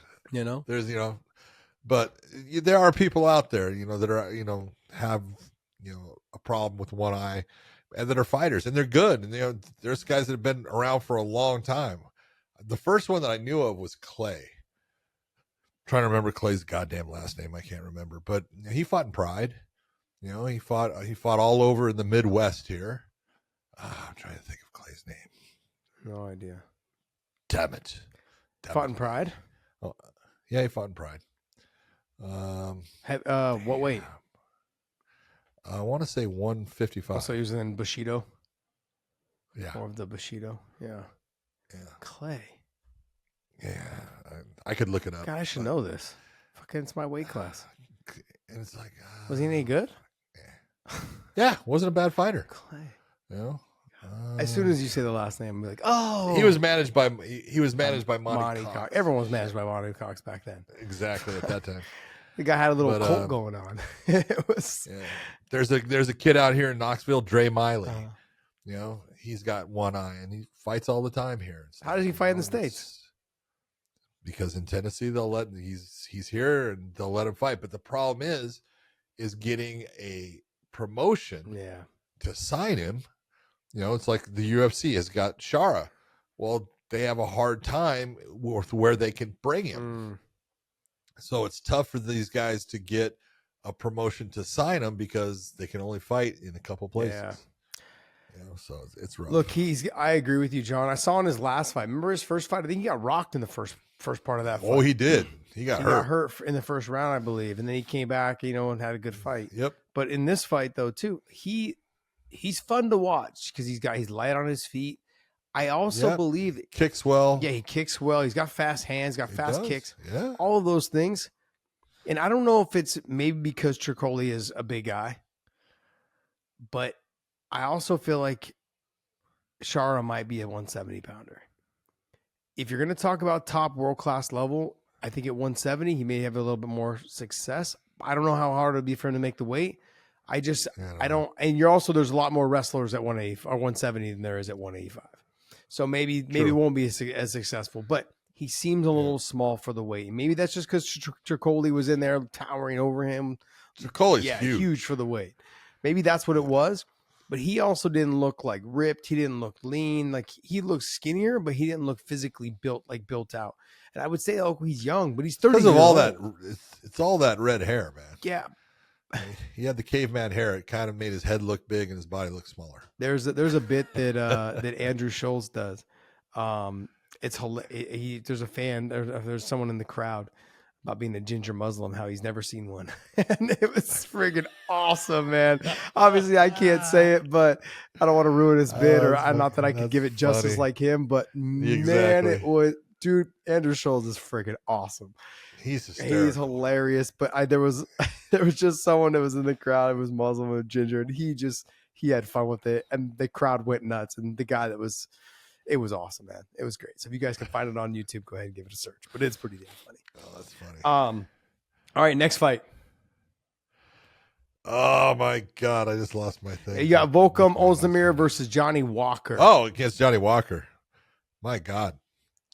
Well, I got to eat crow, John. I got to eat crow in this one too. This is why I said, this is why it was an even fight. You look, you go, all right, there's ways that Johnny Walker can win this fight.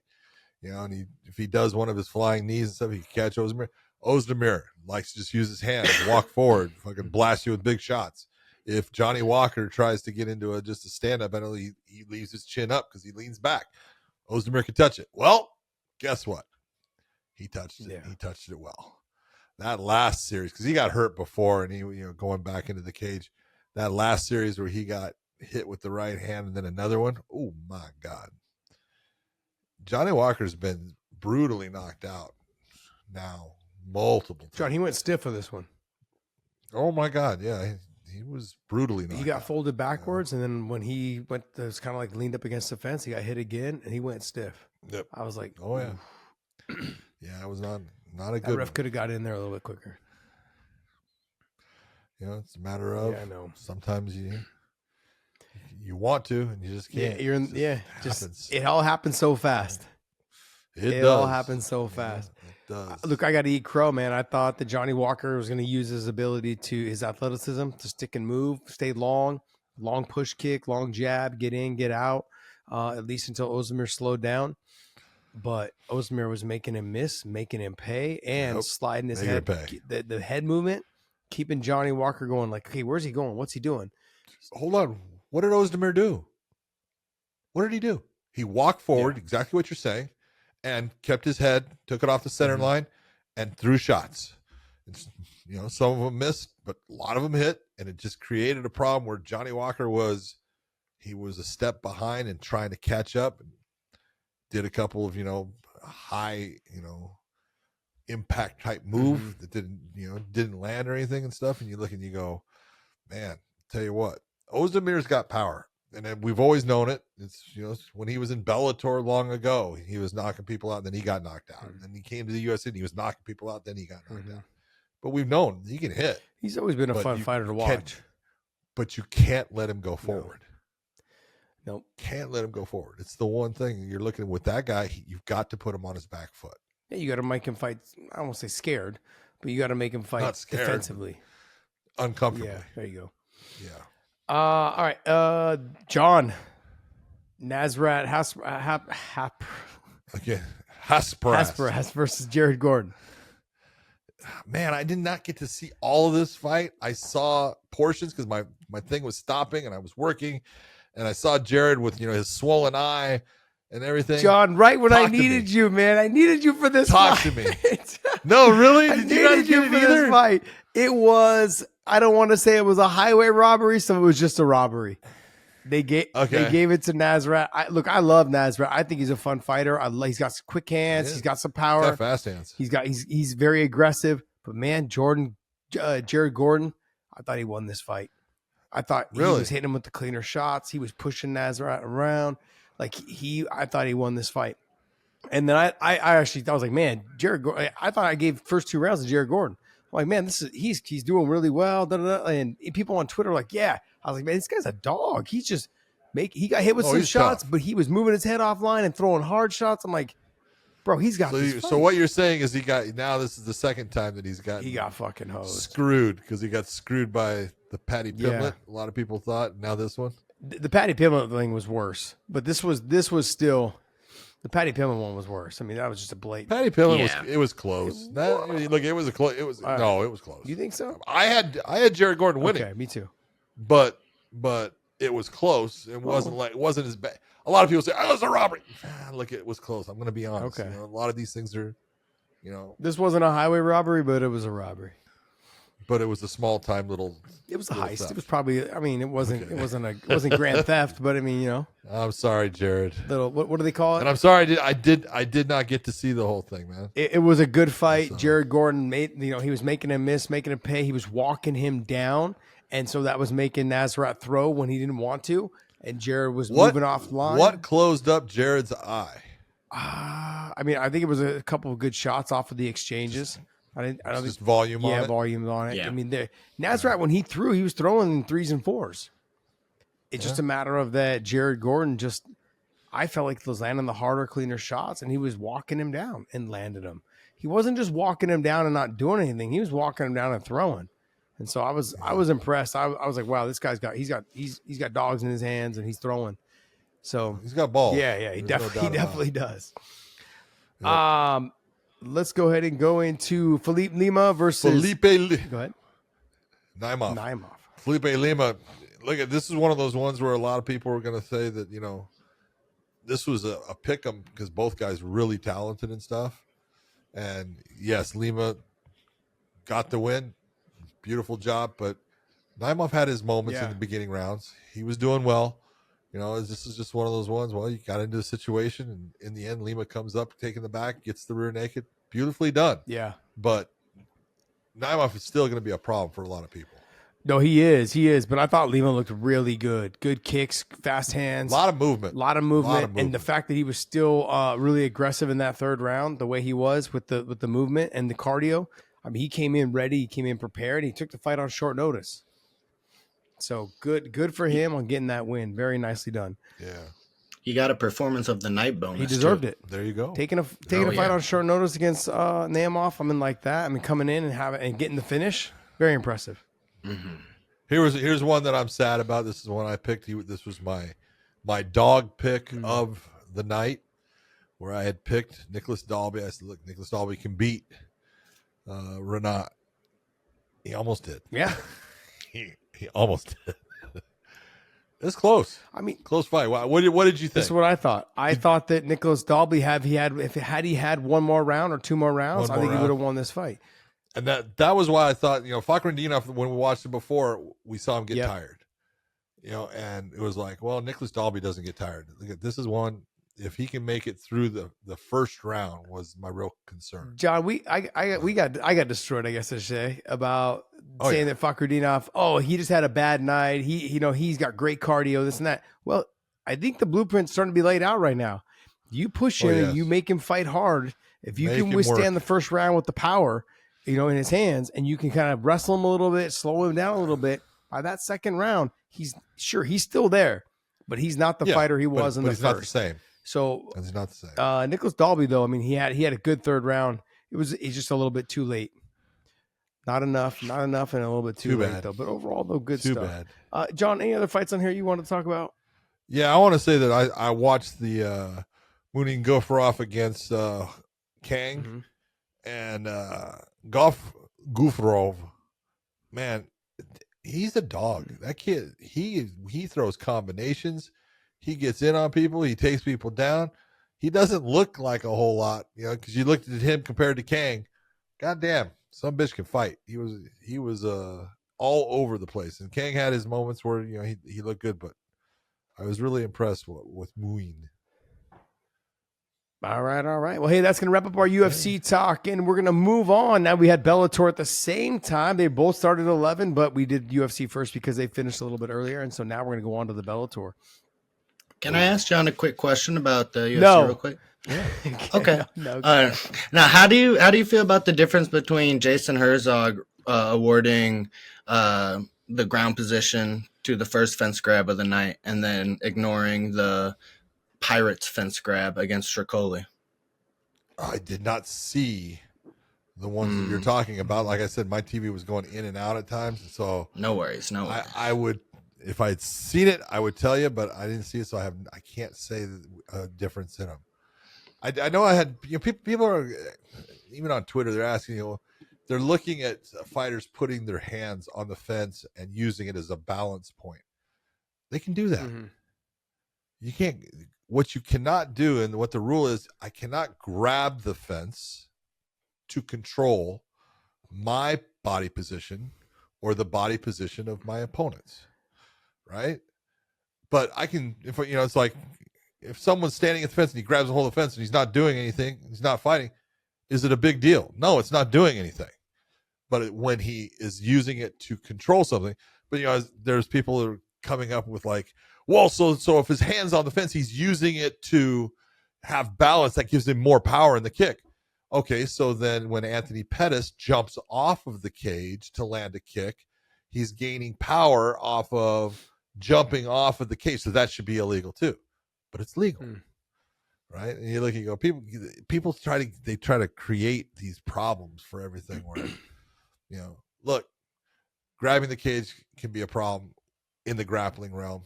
Mostly in the striking realm, it's really not, but it can be if you're holding it to control your body so you can actually have balance. Okay, then it's different. Now you're controlling your body position. It would be illegal, but I didn't see it. I'm sorry.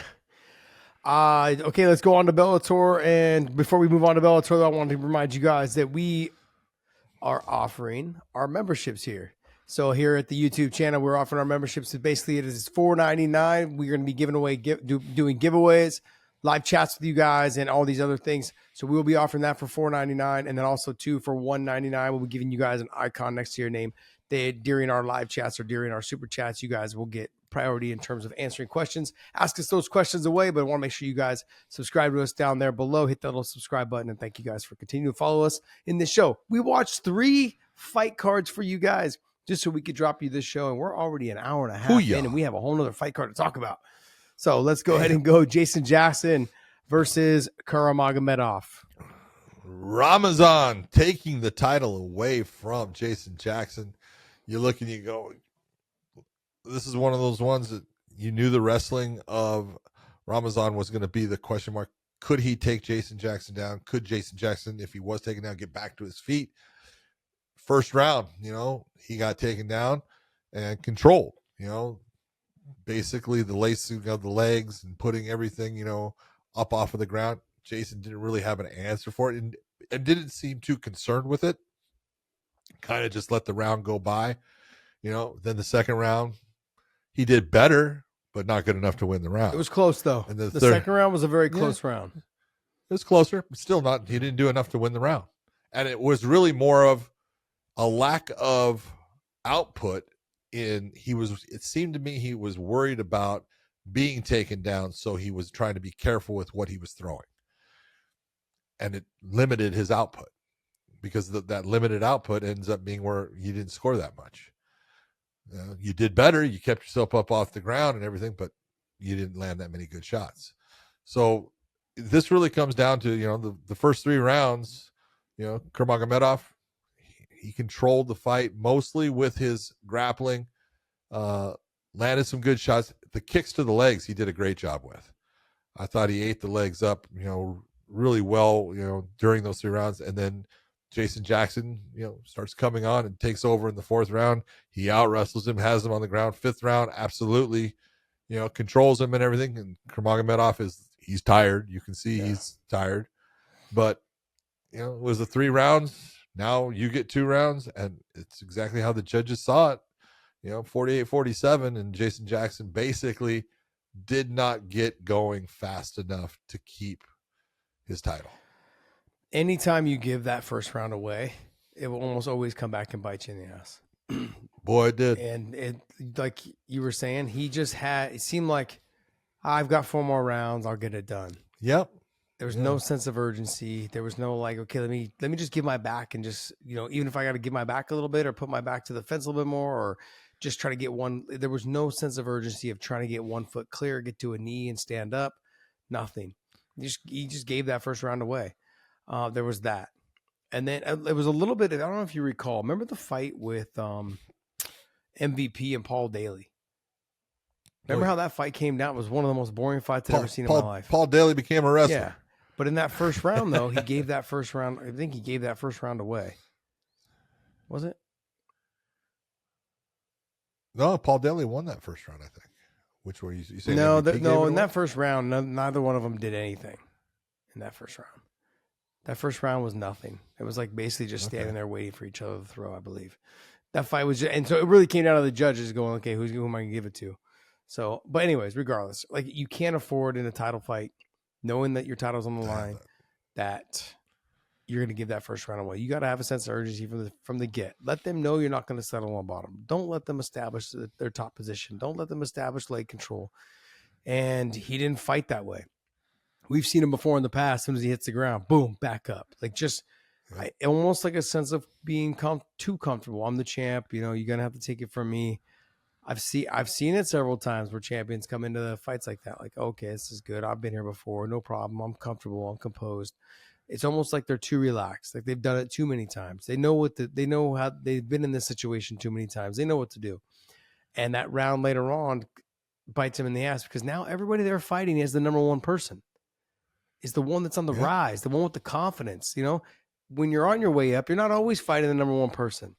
Sometimes you're fighting number 4, who's not there yet at number 1 because you're there. You know what I mean? Like there's a reason why they're not there. So you can get away with, taking a round off sometimes. Not against the person who is number 1, who I think Kuramagomedov is 15-0 or 12-0. Sorry, 12-0. Now 13-0. Yeah. So when you're talking about giving these rounds away, these are not the fighters you want to be giving rounds away, and he did. And that second round was close, just not enough. Third round lost, and then fourth round definitely came on. Fifth round, no sense of urgency in the fifth round either. You had opportunities to make space a little bit and hit shots and then jump back on. You had opportunities to try to hit guillotine, couldn't do it. There was just moments there to try and make things happen. You hung out in that sprawled position, and even though you won the round, but it wasn't anything that really jeopardized potential of you getting a 10-8 round. So that's what he needed to. Next fight. That was it. Oh, we had the coming out of Mr. Paul Hughes going up against Bobby King. This is one of those ones you look at. This was a big sign it was actually a signing by the PFL. Bellator didn't sign him. It was the PFL signed Paul. He was coming from Cage Warriors, well known as far as his aggressiveness. He's got good stand up. He does have a good ground game. He's tough. And he showed it against Bobby King. He was eating some counter shots in the beginning. He tried to be a little aggressive, and it kind of backfired on him. He won the round in the end, though. And then in the second round, really kind of took over. He looked really good. You got to give him credit. Coming out, big stage, arena full of crazy Irishmen, and there for him to see him and stuff. It's not easy, and he actually handled it very well, I thought. I thought he handled it well. It came out, it seemed like relaxed. He seemed like he was enjoying the moment. But I'm going to go the same way that we talked about Magomedov. There's a lot of holes in his game. Oh, no doubt about it. You're looking at someone who at 155 pounds, he's not real big. He's got decent speed. He's got decent power, but there's holes that you can see people taking advantage of because he doesn't have the experience right now. There's a lot of things that he does that you look at and you go, that's going to cause you a problem against someone that knows what they're doing. Yeah, Bobby was able to hit him with some good shots. Yep, and Bobby is, nothing against Bobby. Bobby's 40 years old. He's not fast for the division now. He is tough, but he can only take so many shots, and he kind of runs down, with a little bit of a faster pace and stuff. So you look, Paul Hughes could be good, but he's going to take some time. There's a lot of cooking left. Yeah, it's work in progress. Look, and I'm okay with that. Bobby, Sure. I think when we talked about entry-level contracts, I don't know what he's getting paid. So, but I'm simply saying this was a good entry-level fight for him. Bobby's been around the block. He's fought top-level competition. Okay, he's 40 years old. Like, you need to be able to beat this guy. You know what I mean? So, like, this is when we were talking about the Conor McGregor situation. We were talking about other fighters, AJ and Pico and this and that. You need to be able to beat these type fighters. And so in this situation, he went out there, he got the finish, which was what he needed to do. They want to know, can you finish these type of fighters? Yeah. This Bobby's been around a while. Look at when he saw blood, because he hurt him with the elbow, he went after him. And I love that. Way to go. That's what you're supposed to do. That's how you finish fights. Absolutely. When you get that guy, he's a little bit stunned, start putting more shots on him, make him start to just turn away. Great job. Absolutely. Next fight. Arlene Blenko taking on Sinead Kavanagh. This is one of those ones. Sinead actually looked pretty good. She was using her jab. She got stung by Arlene early in the first round. Then she got dropped. And there was some question. I think she still won the round. Bullshit.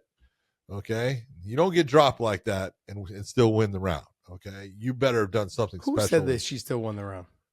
Oh, my God. My commentators. Oh, jeez.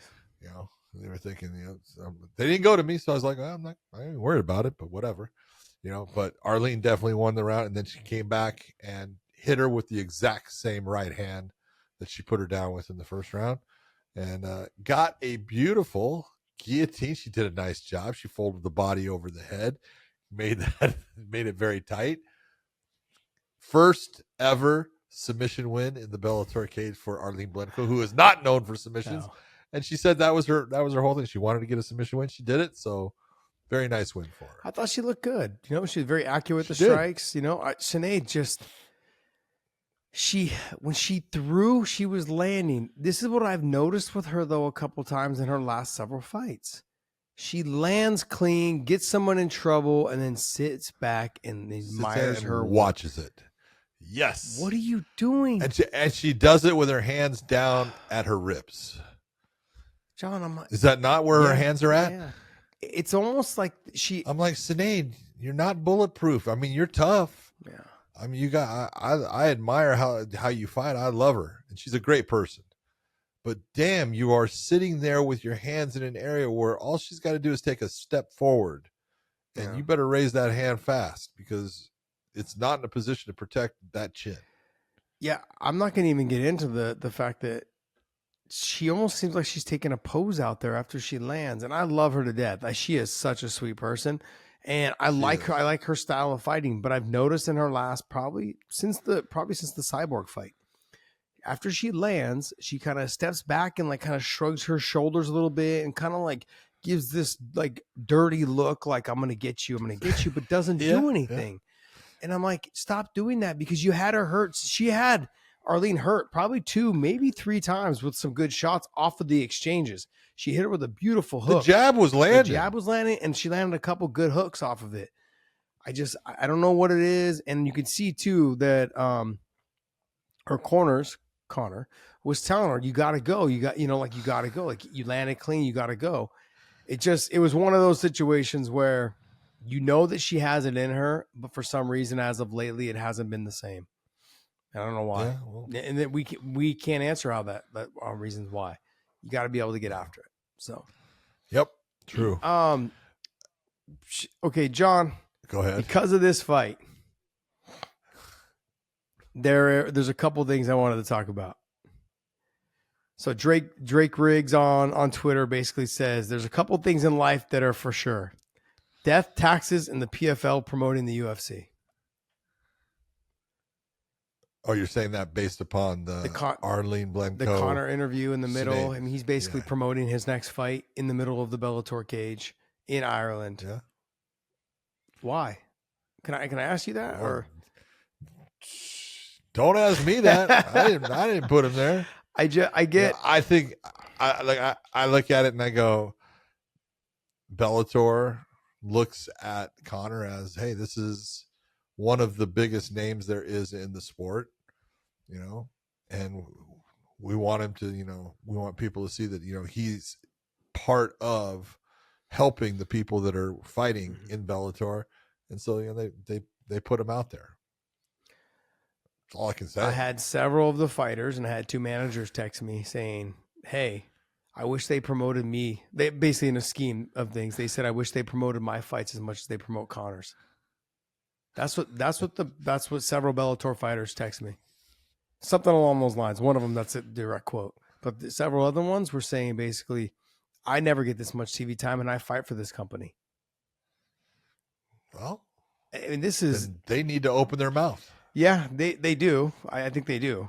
But even the managers, a couple of the managers were like, hey, like, am I really watching this right now? Am I seeing it? There's been a couple times when you go all the way back to, I want to say it was 187, Bellator 187, which was in Ireland, which had Charlie Ward. Can't remember who he was fighting, but he ends up knocking him down and out right at the end of the round. Conor comes jumping over the cage and tackles, or Charlie kind of tackled Conor. I don't know what, but there was a whole incident, and he actually slapped, one of the workers for Bellator, as they were trying to clear him out of the cage and stuff. And the whole thing was they wanted to put everything out there on TV and stuff. It's like, oh, it's Conor McGregor. Well, it's Conor McGregor. Okay. I'm not saying I think it's right, but it's not like, it's the new people owning it. No, this is the people that were working there before too. No, I understand what you're saying. What I'm saying though is that back then they also didn't interview Conor afterwards before they interviewed the winner. Well, they couldn't interview him because they were trying to. That's my point though, John. Like they didn't pull him to the center of the cage and interview him before the winner of the fight. Well, okay, but hold on. Let's go. And this is before Conor was now a partner in bare knuckle fighting. He's at a show. They bring him in there, and hand him the belt and everything. Bare knuckle is completely different than MMA. Completely different. But it's the same thing. No, it's not, John. It's not nowhere near the same. They are using Conor and his name, likeness, and the fact that he's got millions of followers for people to say, well, if Conor likes this, then I'll like it. It's nowhere near the same, John. That's like if I pulled up an NFL player into the cage. It's a completely different sport. I'm pulling a combat sport guy into my cage, or into my ring, because it's not even a cage. They're fighting in a ring for bare knuckle fighting. It's not even the same sport. This is the same sport, and they're actually competing promotions. And they spent, look, I'll go through this too. I mean, this was something I looked at. 7 of their last 12 posts were Conor McGregor on Instagram. That's not a good look. I mean, that's just, no, I'm not going to ask you to respond. I'm just simply saying. I have no response. I'm just simply going to say. I don't have a response. It's not a good look, I think. I always say promote your people. 100%. 100%. Yes. Because look, you don't want them to come back. You don't want your fans to come back and be like, oh, Conor's not here at the show. Turn it off. Like that, you're at the end of the day, they're going to come back to watch your fighters. And Arlene had a great performance against Conor's fighter, against someone that Conor was there with. And she deserved to get a lot of recognition for that.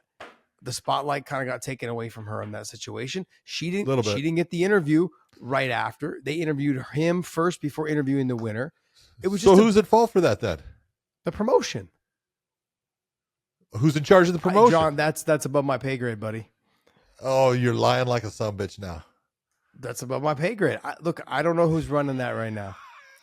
I don't know who's running that right now. I don't know who's making the calls. And, is it people running the cameras? Is it who is it, John? Now you're starting to talk stupid. No, I'm not. I'm simply saying I'm not there behind the scenes anymore. I don't want to make assumptions. I just put you in the same position for you to answer the question. John, you have the answer. But I'm not there. You have I'm the not answer. there, John. I don't know exactly how this situation went down. I'm not there. Okay. Just like I'm not asking you to answer because I know you're not there. You're at home in the comfort of your own home. You don't know exactly what was going on in the truck with the promoter. You don't know what's going on with the management. You don't know what's going on with the inside the arena. And so I'm not asking I'm just simply saying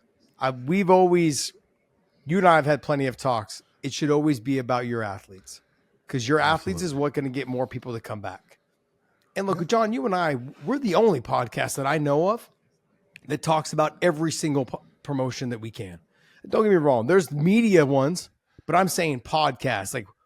I always have said, we're not media. I'm not out there trying to get the scoop. I'm not out there trying to get out there first, and put it out there before anyone, I'm not trying to lose my job, by people because, that's just not what we're doing. I'm not trying to put the scoop out there. I'm not media. I enjoy talking about fights. My life has been about fighting. Same thing. We enjoy giving the fighters a recognition. I would like to make it about the fighters. And we want to give all fighters from every promotion. And I completely forgot there was a bare knuckle fight this weekend. And there was just another one that, we didn't get a chance to watch. So maybe we can try to watch it before Tuesday. I can't watch everything. I know, we just can't watch. This is where people start to get why didn't you watch this? I can't watch everything. But see, that's what do you realize how many fights I watch? That's what the difference is, that you and I try to talk about every fight on every card. Whereas media, look at this guy right here, George, at the photo. Look, we try to talk about every fight that stood out to us. Most of the mainstream media talks about the big names and they talk about the highlight reel knockouts and the submissions. They don't really watch all the fights. They literally just pick and choose which ones had good submissions, which ones had good knockouts, which ones had controversy. And they go back and watch it over and over again so they can write an article on it or make a good argument about it on their shows. That's not what we do. We watch it live. We come on here and we just watched both shows today. We're here now. We're literally 30 minutes after the fights had ended. We jump on and we're here filming right off of our memory on what we can do. So I'm trying to talk about every single fighter, trying to give them the most exposure we possibly can. That's what we're doing around here. Well, then go ahead, George. I'm sorry. That being said, Connor, come on the show. You can promote your fight here. This is a perfect platform. We've had Connor on before. So no, I just look, and this is not against him. This is simply for me, and I'm not even. I'm not against Bellator PFL what they did. I'm just simply saying it's not a good look if you're a fighter, because like I said, fighters have been texting me. Other people have been texting me that work in the industry, and they're like, "What's going on? Why are they giving him so much time? Why is he in the middle of the cage doing an interview before the winner of the fight?" It's those type of things. That's all I'm saying. Yep. All right, Dalton Rasta against Norbert Navinyi Jr. Good fight, but Norbert Navinyi absolutely, he's got so much talent. He really does, but you cannot go into a fight looking to land the big shots. You got to just go in there saying, I'm gonna touch it. And if he'd have done that, first off, Dalton Rasta is known that he can get tired if he's pushed in a fight and he's not in control of the fight. And that happened in the third round. He got exhausted, but you're going to exhaust him a lot faster if you're doing damage by hitting him with shots, because Norbert was missing, most of those big attempts. He missed everything. And even the smaller stuff didn't do anything that really damaged him, and found himself almost coming up with a 10-8 round. He got a 10-8 out of one of the judges, and as I was talking I wasn't on the broadcast. I was talking to the producer, and I said, you watch. I said, one of the judges is going to give a 10-8 here. It's going to end up being a majority decision, but it's going to go to Dalton. That's exactly what happened. But it was a good fight. It was a good fight by Dalton. I thought Dalton was doing some really good things in that. He was wrestling a lot, but he can wrestle. But what I thought he was doing very well was his stand-up. He was not playing into the back and forth MVP motion. He was waiting, giving a little bit of movement, and then coming forward and throwing his hands.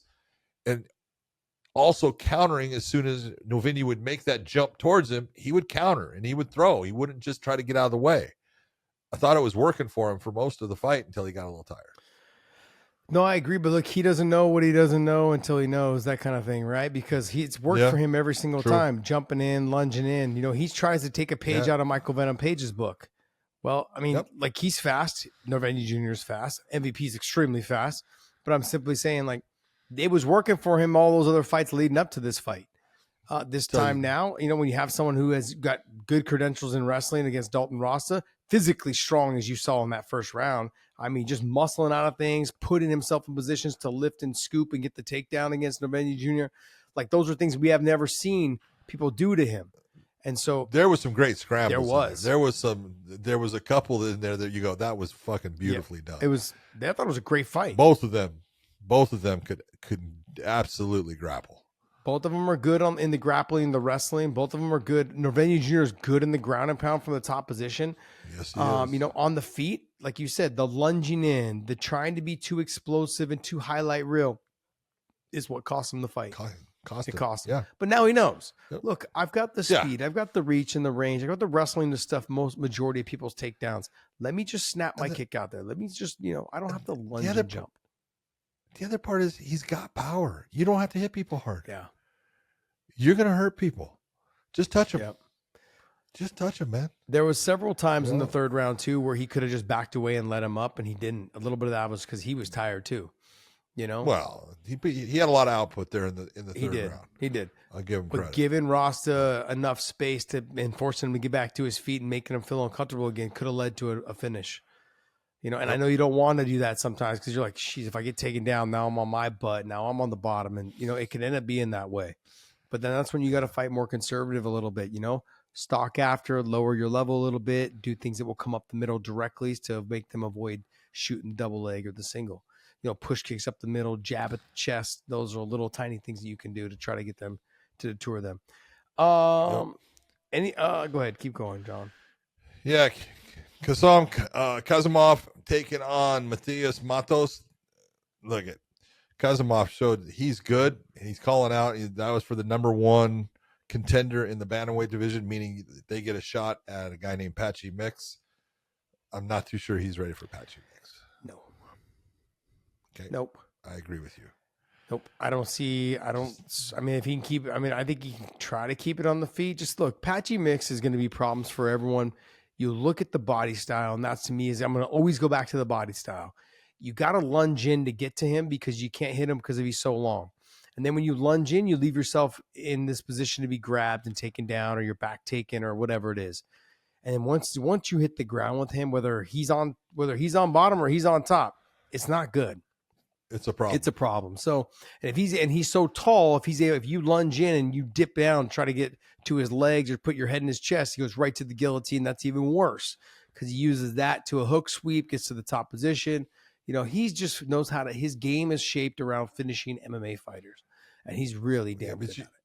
You can see that the entire crew there from Dagestan, they believe, based upon Magomedov's second fight with Patchy, they think that they now have the blueprint on beating him. So we're going to see. We're going to find out. We are going to find out. That's it. That's it. All right. Any other fights on here you want to talk about? I just want to say that first off, Kamedov looked freaking great against a really good guy in Durin. Marceli Alves is his name, but he calls himself Durin. Durin is actually a tough fighter, and Kamedov looked great. But also Shinobu Ota from Japan, he looked great. Good wrestling, good control, good power, north-south choke, very well done. He looked great, so it was good to see him in the Bellator cage there. Hassan Magomedsharipov also looked fantastic. Yes, he did. With the spinning back kicks, beautifully done. Look, I mean, but Tyler Matheson hung tough. I'm going to give him credit, 100%, man. John, 100%. Well, I'll tell you what, he got hit a couple times with those fucking spinning back kicks to the body, and he sat there and went like, "Yeah, that was a good one." I'm like, "Yeah, that was a good one. I'd be throwing up right now." There was one where you could tell it affected him because he took a step back and dropped his elbow, and it was like he was waiting to push the air out. Like, ugh. Yep. You know, like when you're trying to pinch one off, they won't come all the way out. Oh yeah, and he was can't get it all in. Squeezing, and then you hear it go bloop in the toilet. All right, you can tell we've been filming for 2 hours, man. I'm getting delusional around here. I'm getting delusional. Oh man, hey, that's gonna wrap up our Bellator talk. See so many cards. I'm like, which card are we on right now? PFL, UFC, Bellator, all of them. We do it all. Is there anything else you wanted to talk about? Anything else that was out there that you wanted to chat about? I will talk about anything you want, but I don't want to screw up one of your clips. No. I just want to give a huge shout out to BetUS. They got a pretty cool little thing up right now of Michael Chandler's next opponent, if not Conor McGregor. A little betting out right now. Oh, really? Prop. Can you show it to us? What is it? Bet? Yeah, it's right now they got plus 200 for Max Holloway, plus 300 for Burnell, plus 600 for Vazeev, plus 700 for Charles, plus 900 for Sandani and Gaethje, and also Gamrot, plus 1,000 for Moicano. Yeah. Plus 14 for Hooker and Poirier, both. And then plus 2,000 for the Tarantula, Jalen Turner. Ooh. All right, so I'm going to throw a little wrench in there. I know you said Max Holloway. I'm going to go, he's my number one guy that he potentially will end up fighting. I'm going to say Max Holloway. My number two guy, okay? My number two guy is going to be Colby Covington. Ooh. My number two guy is going to be Colby Covington. Really? He's not on the list. Now you better put that. Can't bet. Put that boy on the list, baby. You better put that. BetUS better put that boy on the list. I'm telling you guys right now, I'm going to go number one is going to be Max Holloway. Number two is going to be Colby Covington. Think about this. He's been trying to put the weight on to stay at 170 to get to 170 to fight Conor McGregor. Why would he want to go all the way back down only to fight someone for a BMF belt? And that would be Max Holloway. Make it interesting. You know he's not getting a title shot off of any of these fights. If you look at the rankings, he doesn't want to end up, I don't think he wants to do a rematch. He doesn't want to fight Justin again. He doesn't want to fight Dustin again. And do they want to fight him? That's the other thing. So what fight can we see? And it's not like those fights were close. They were fun fights, but Justin ran away with it and Dustin ran away with it. So if I'm looking at those guys, I'm like, okay, look, who else could I have him fight? Yeah. He got submitted and he got pretty beat up against Justin. He got submitted. And got beat up by Justin pretty bad. It was 30-27. I didn't say anything on the Justin. It was 30. I didn't say anything on the Justin. I didn't say anything on the Justin one. I was saying the Dustin. But the Max Holloway. He had won the last round. Yeah, he did. And then he got submitted. It was that's the nail in the coffin, buddy. Not much else to say. That's a closer right there. But the Max Holloway fight with the BMF belt on the line, I think that's something that would definitely interest him. That kind of cements him his legacy into the UFC a little bit. I was a BMF champion. It's starting to gain some ground, that BMF belt. And so, look, he's always prided himself on being an exciting fighter. This to him, I think, would be a little bit of the icing on top. If he's not going to get a shot at the real UFC title, this is something that I think would definitely spark him to go back down to 55. And if it doesn't, if that fight doesn't happen, I could see him potentially thinking, and the UFC's thinking, a Colby Covington fight at 170.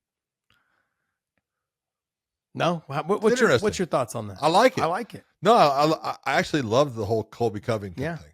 I do. I think that's a good fight for both of them. I think it matches up fairly well. I don't think that the Max Holloway is a good fight for him. I didn't say it was a good fight for him. I just said that there's a reason why he would go down to 55, and that's for the BMF and to fight Max Holloway. Yeah, I think he's got to be motivated. Someone's got to motivate him. Well, at 38 years of age, I can understand why. Yeah. You know, he's not a young man as far as this sport goes. He's a young man in life, but as far as in the sport, he's near the end of the line. So I can understand him having to be motivated like he was with the Conor thing. But you know, there comes that point you got to say, all right, it's not going to happen. Yeah. And it's not happening because of me. I can't control somebody else. I agree 100%.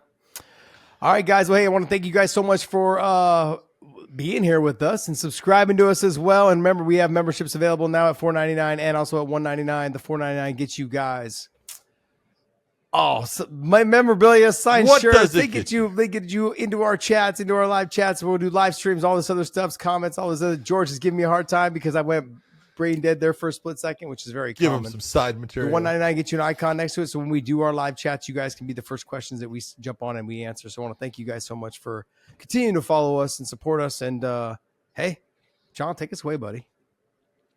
I hope everyone enjoyed all of the fights. There was so many to watch. And if you didn't watch all of them, I totally understand. We will see you.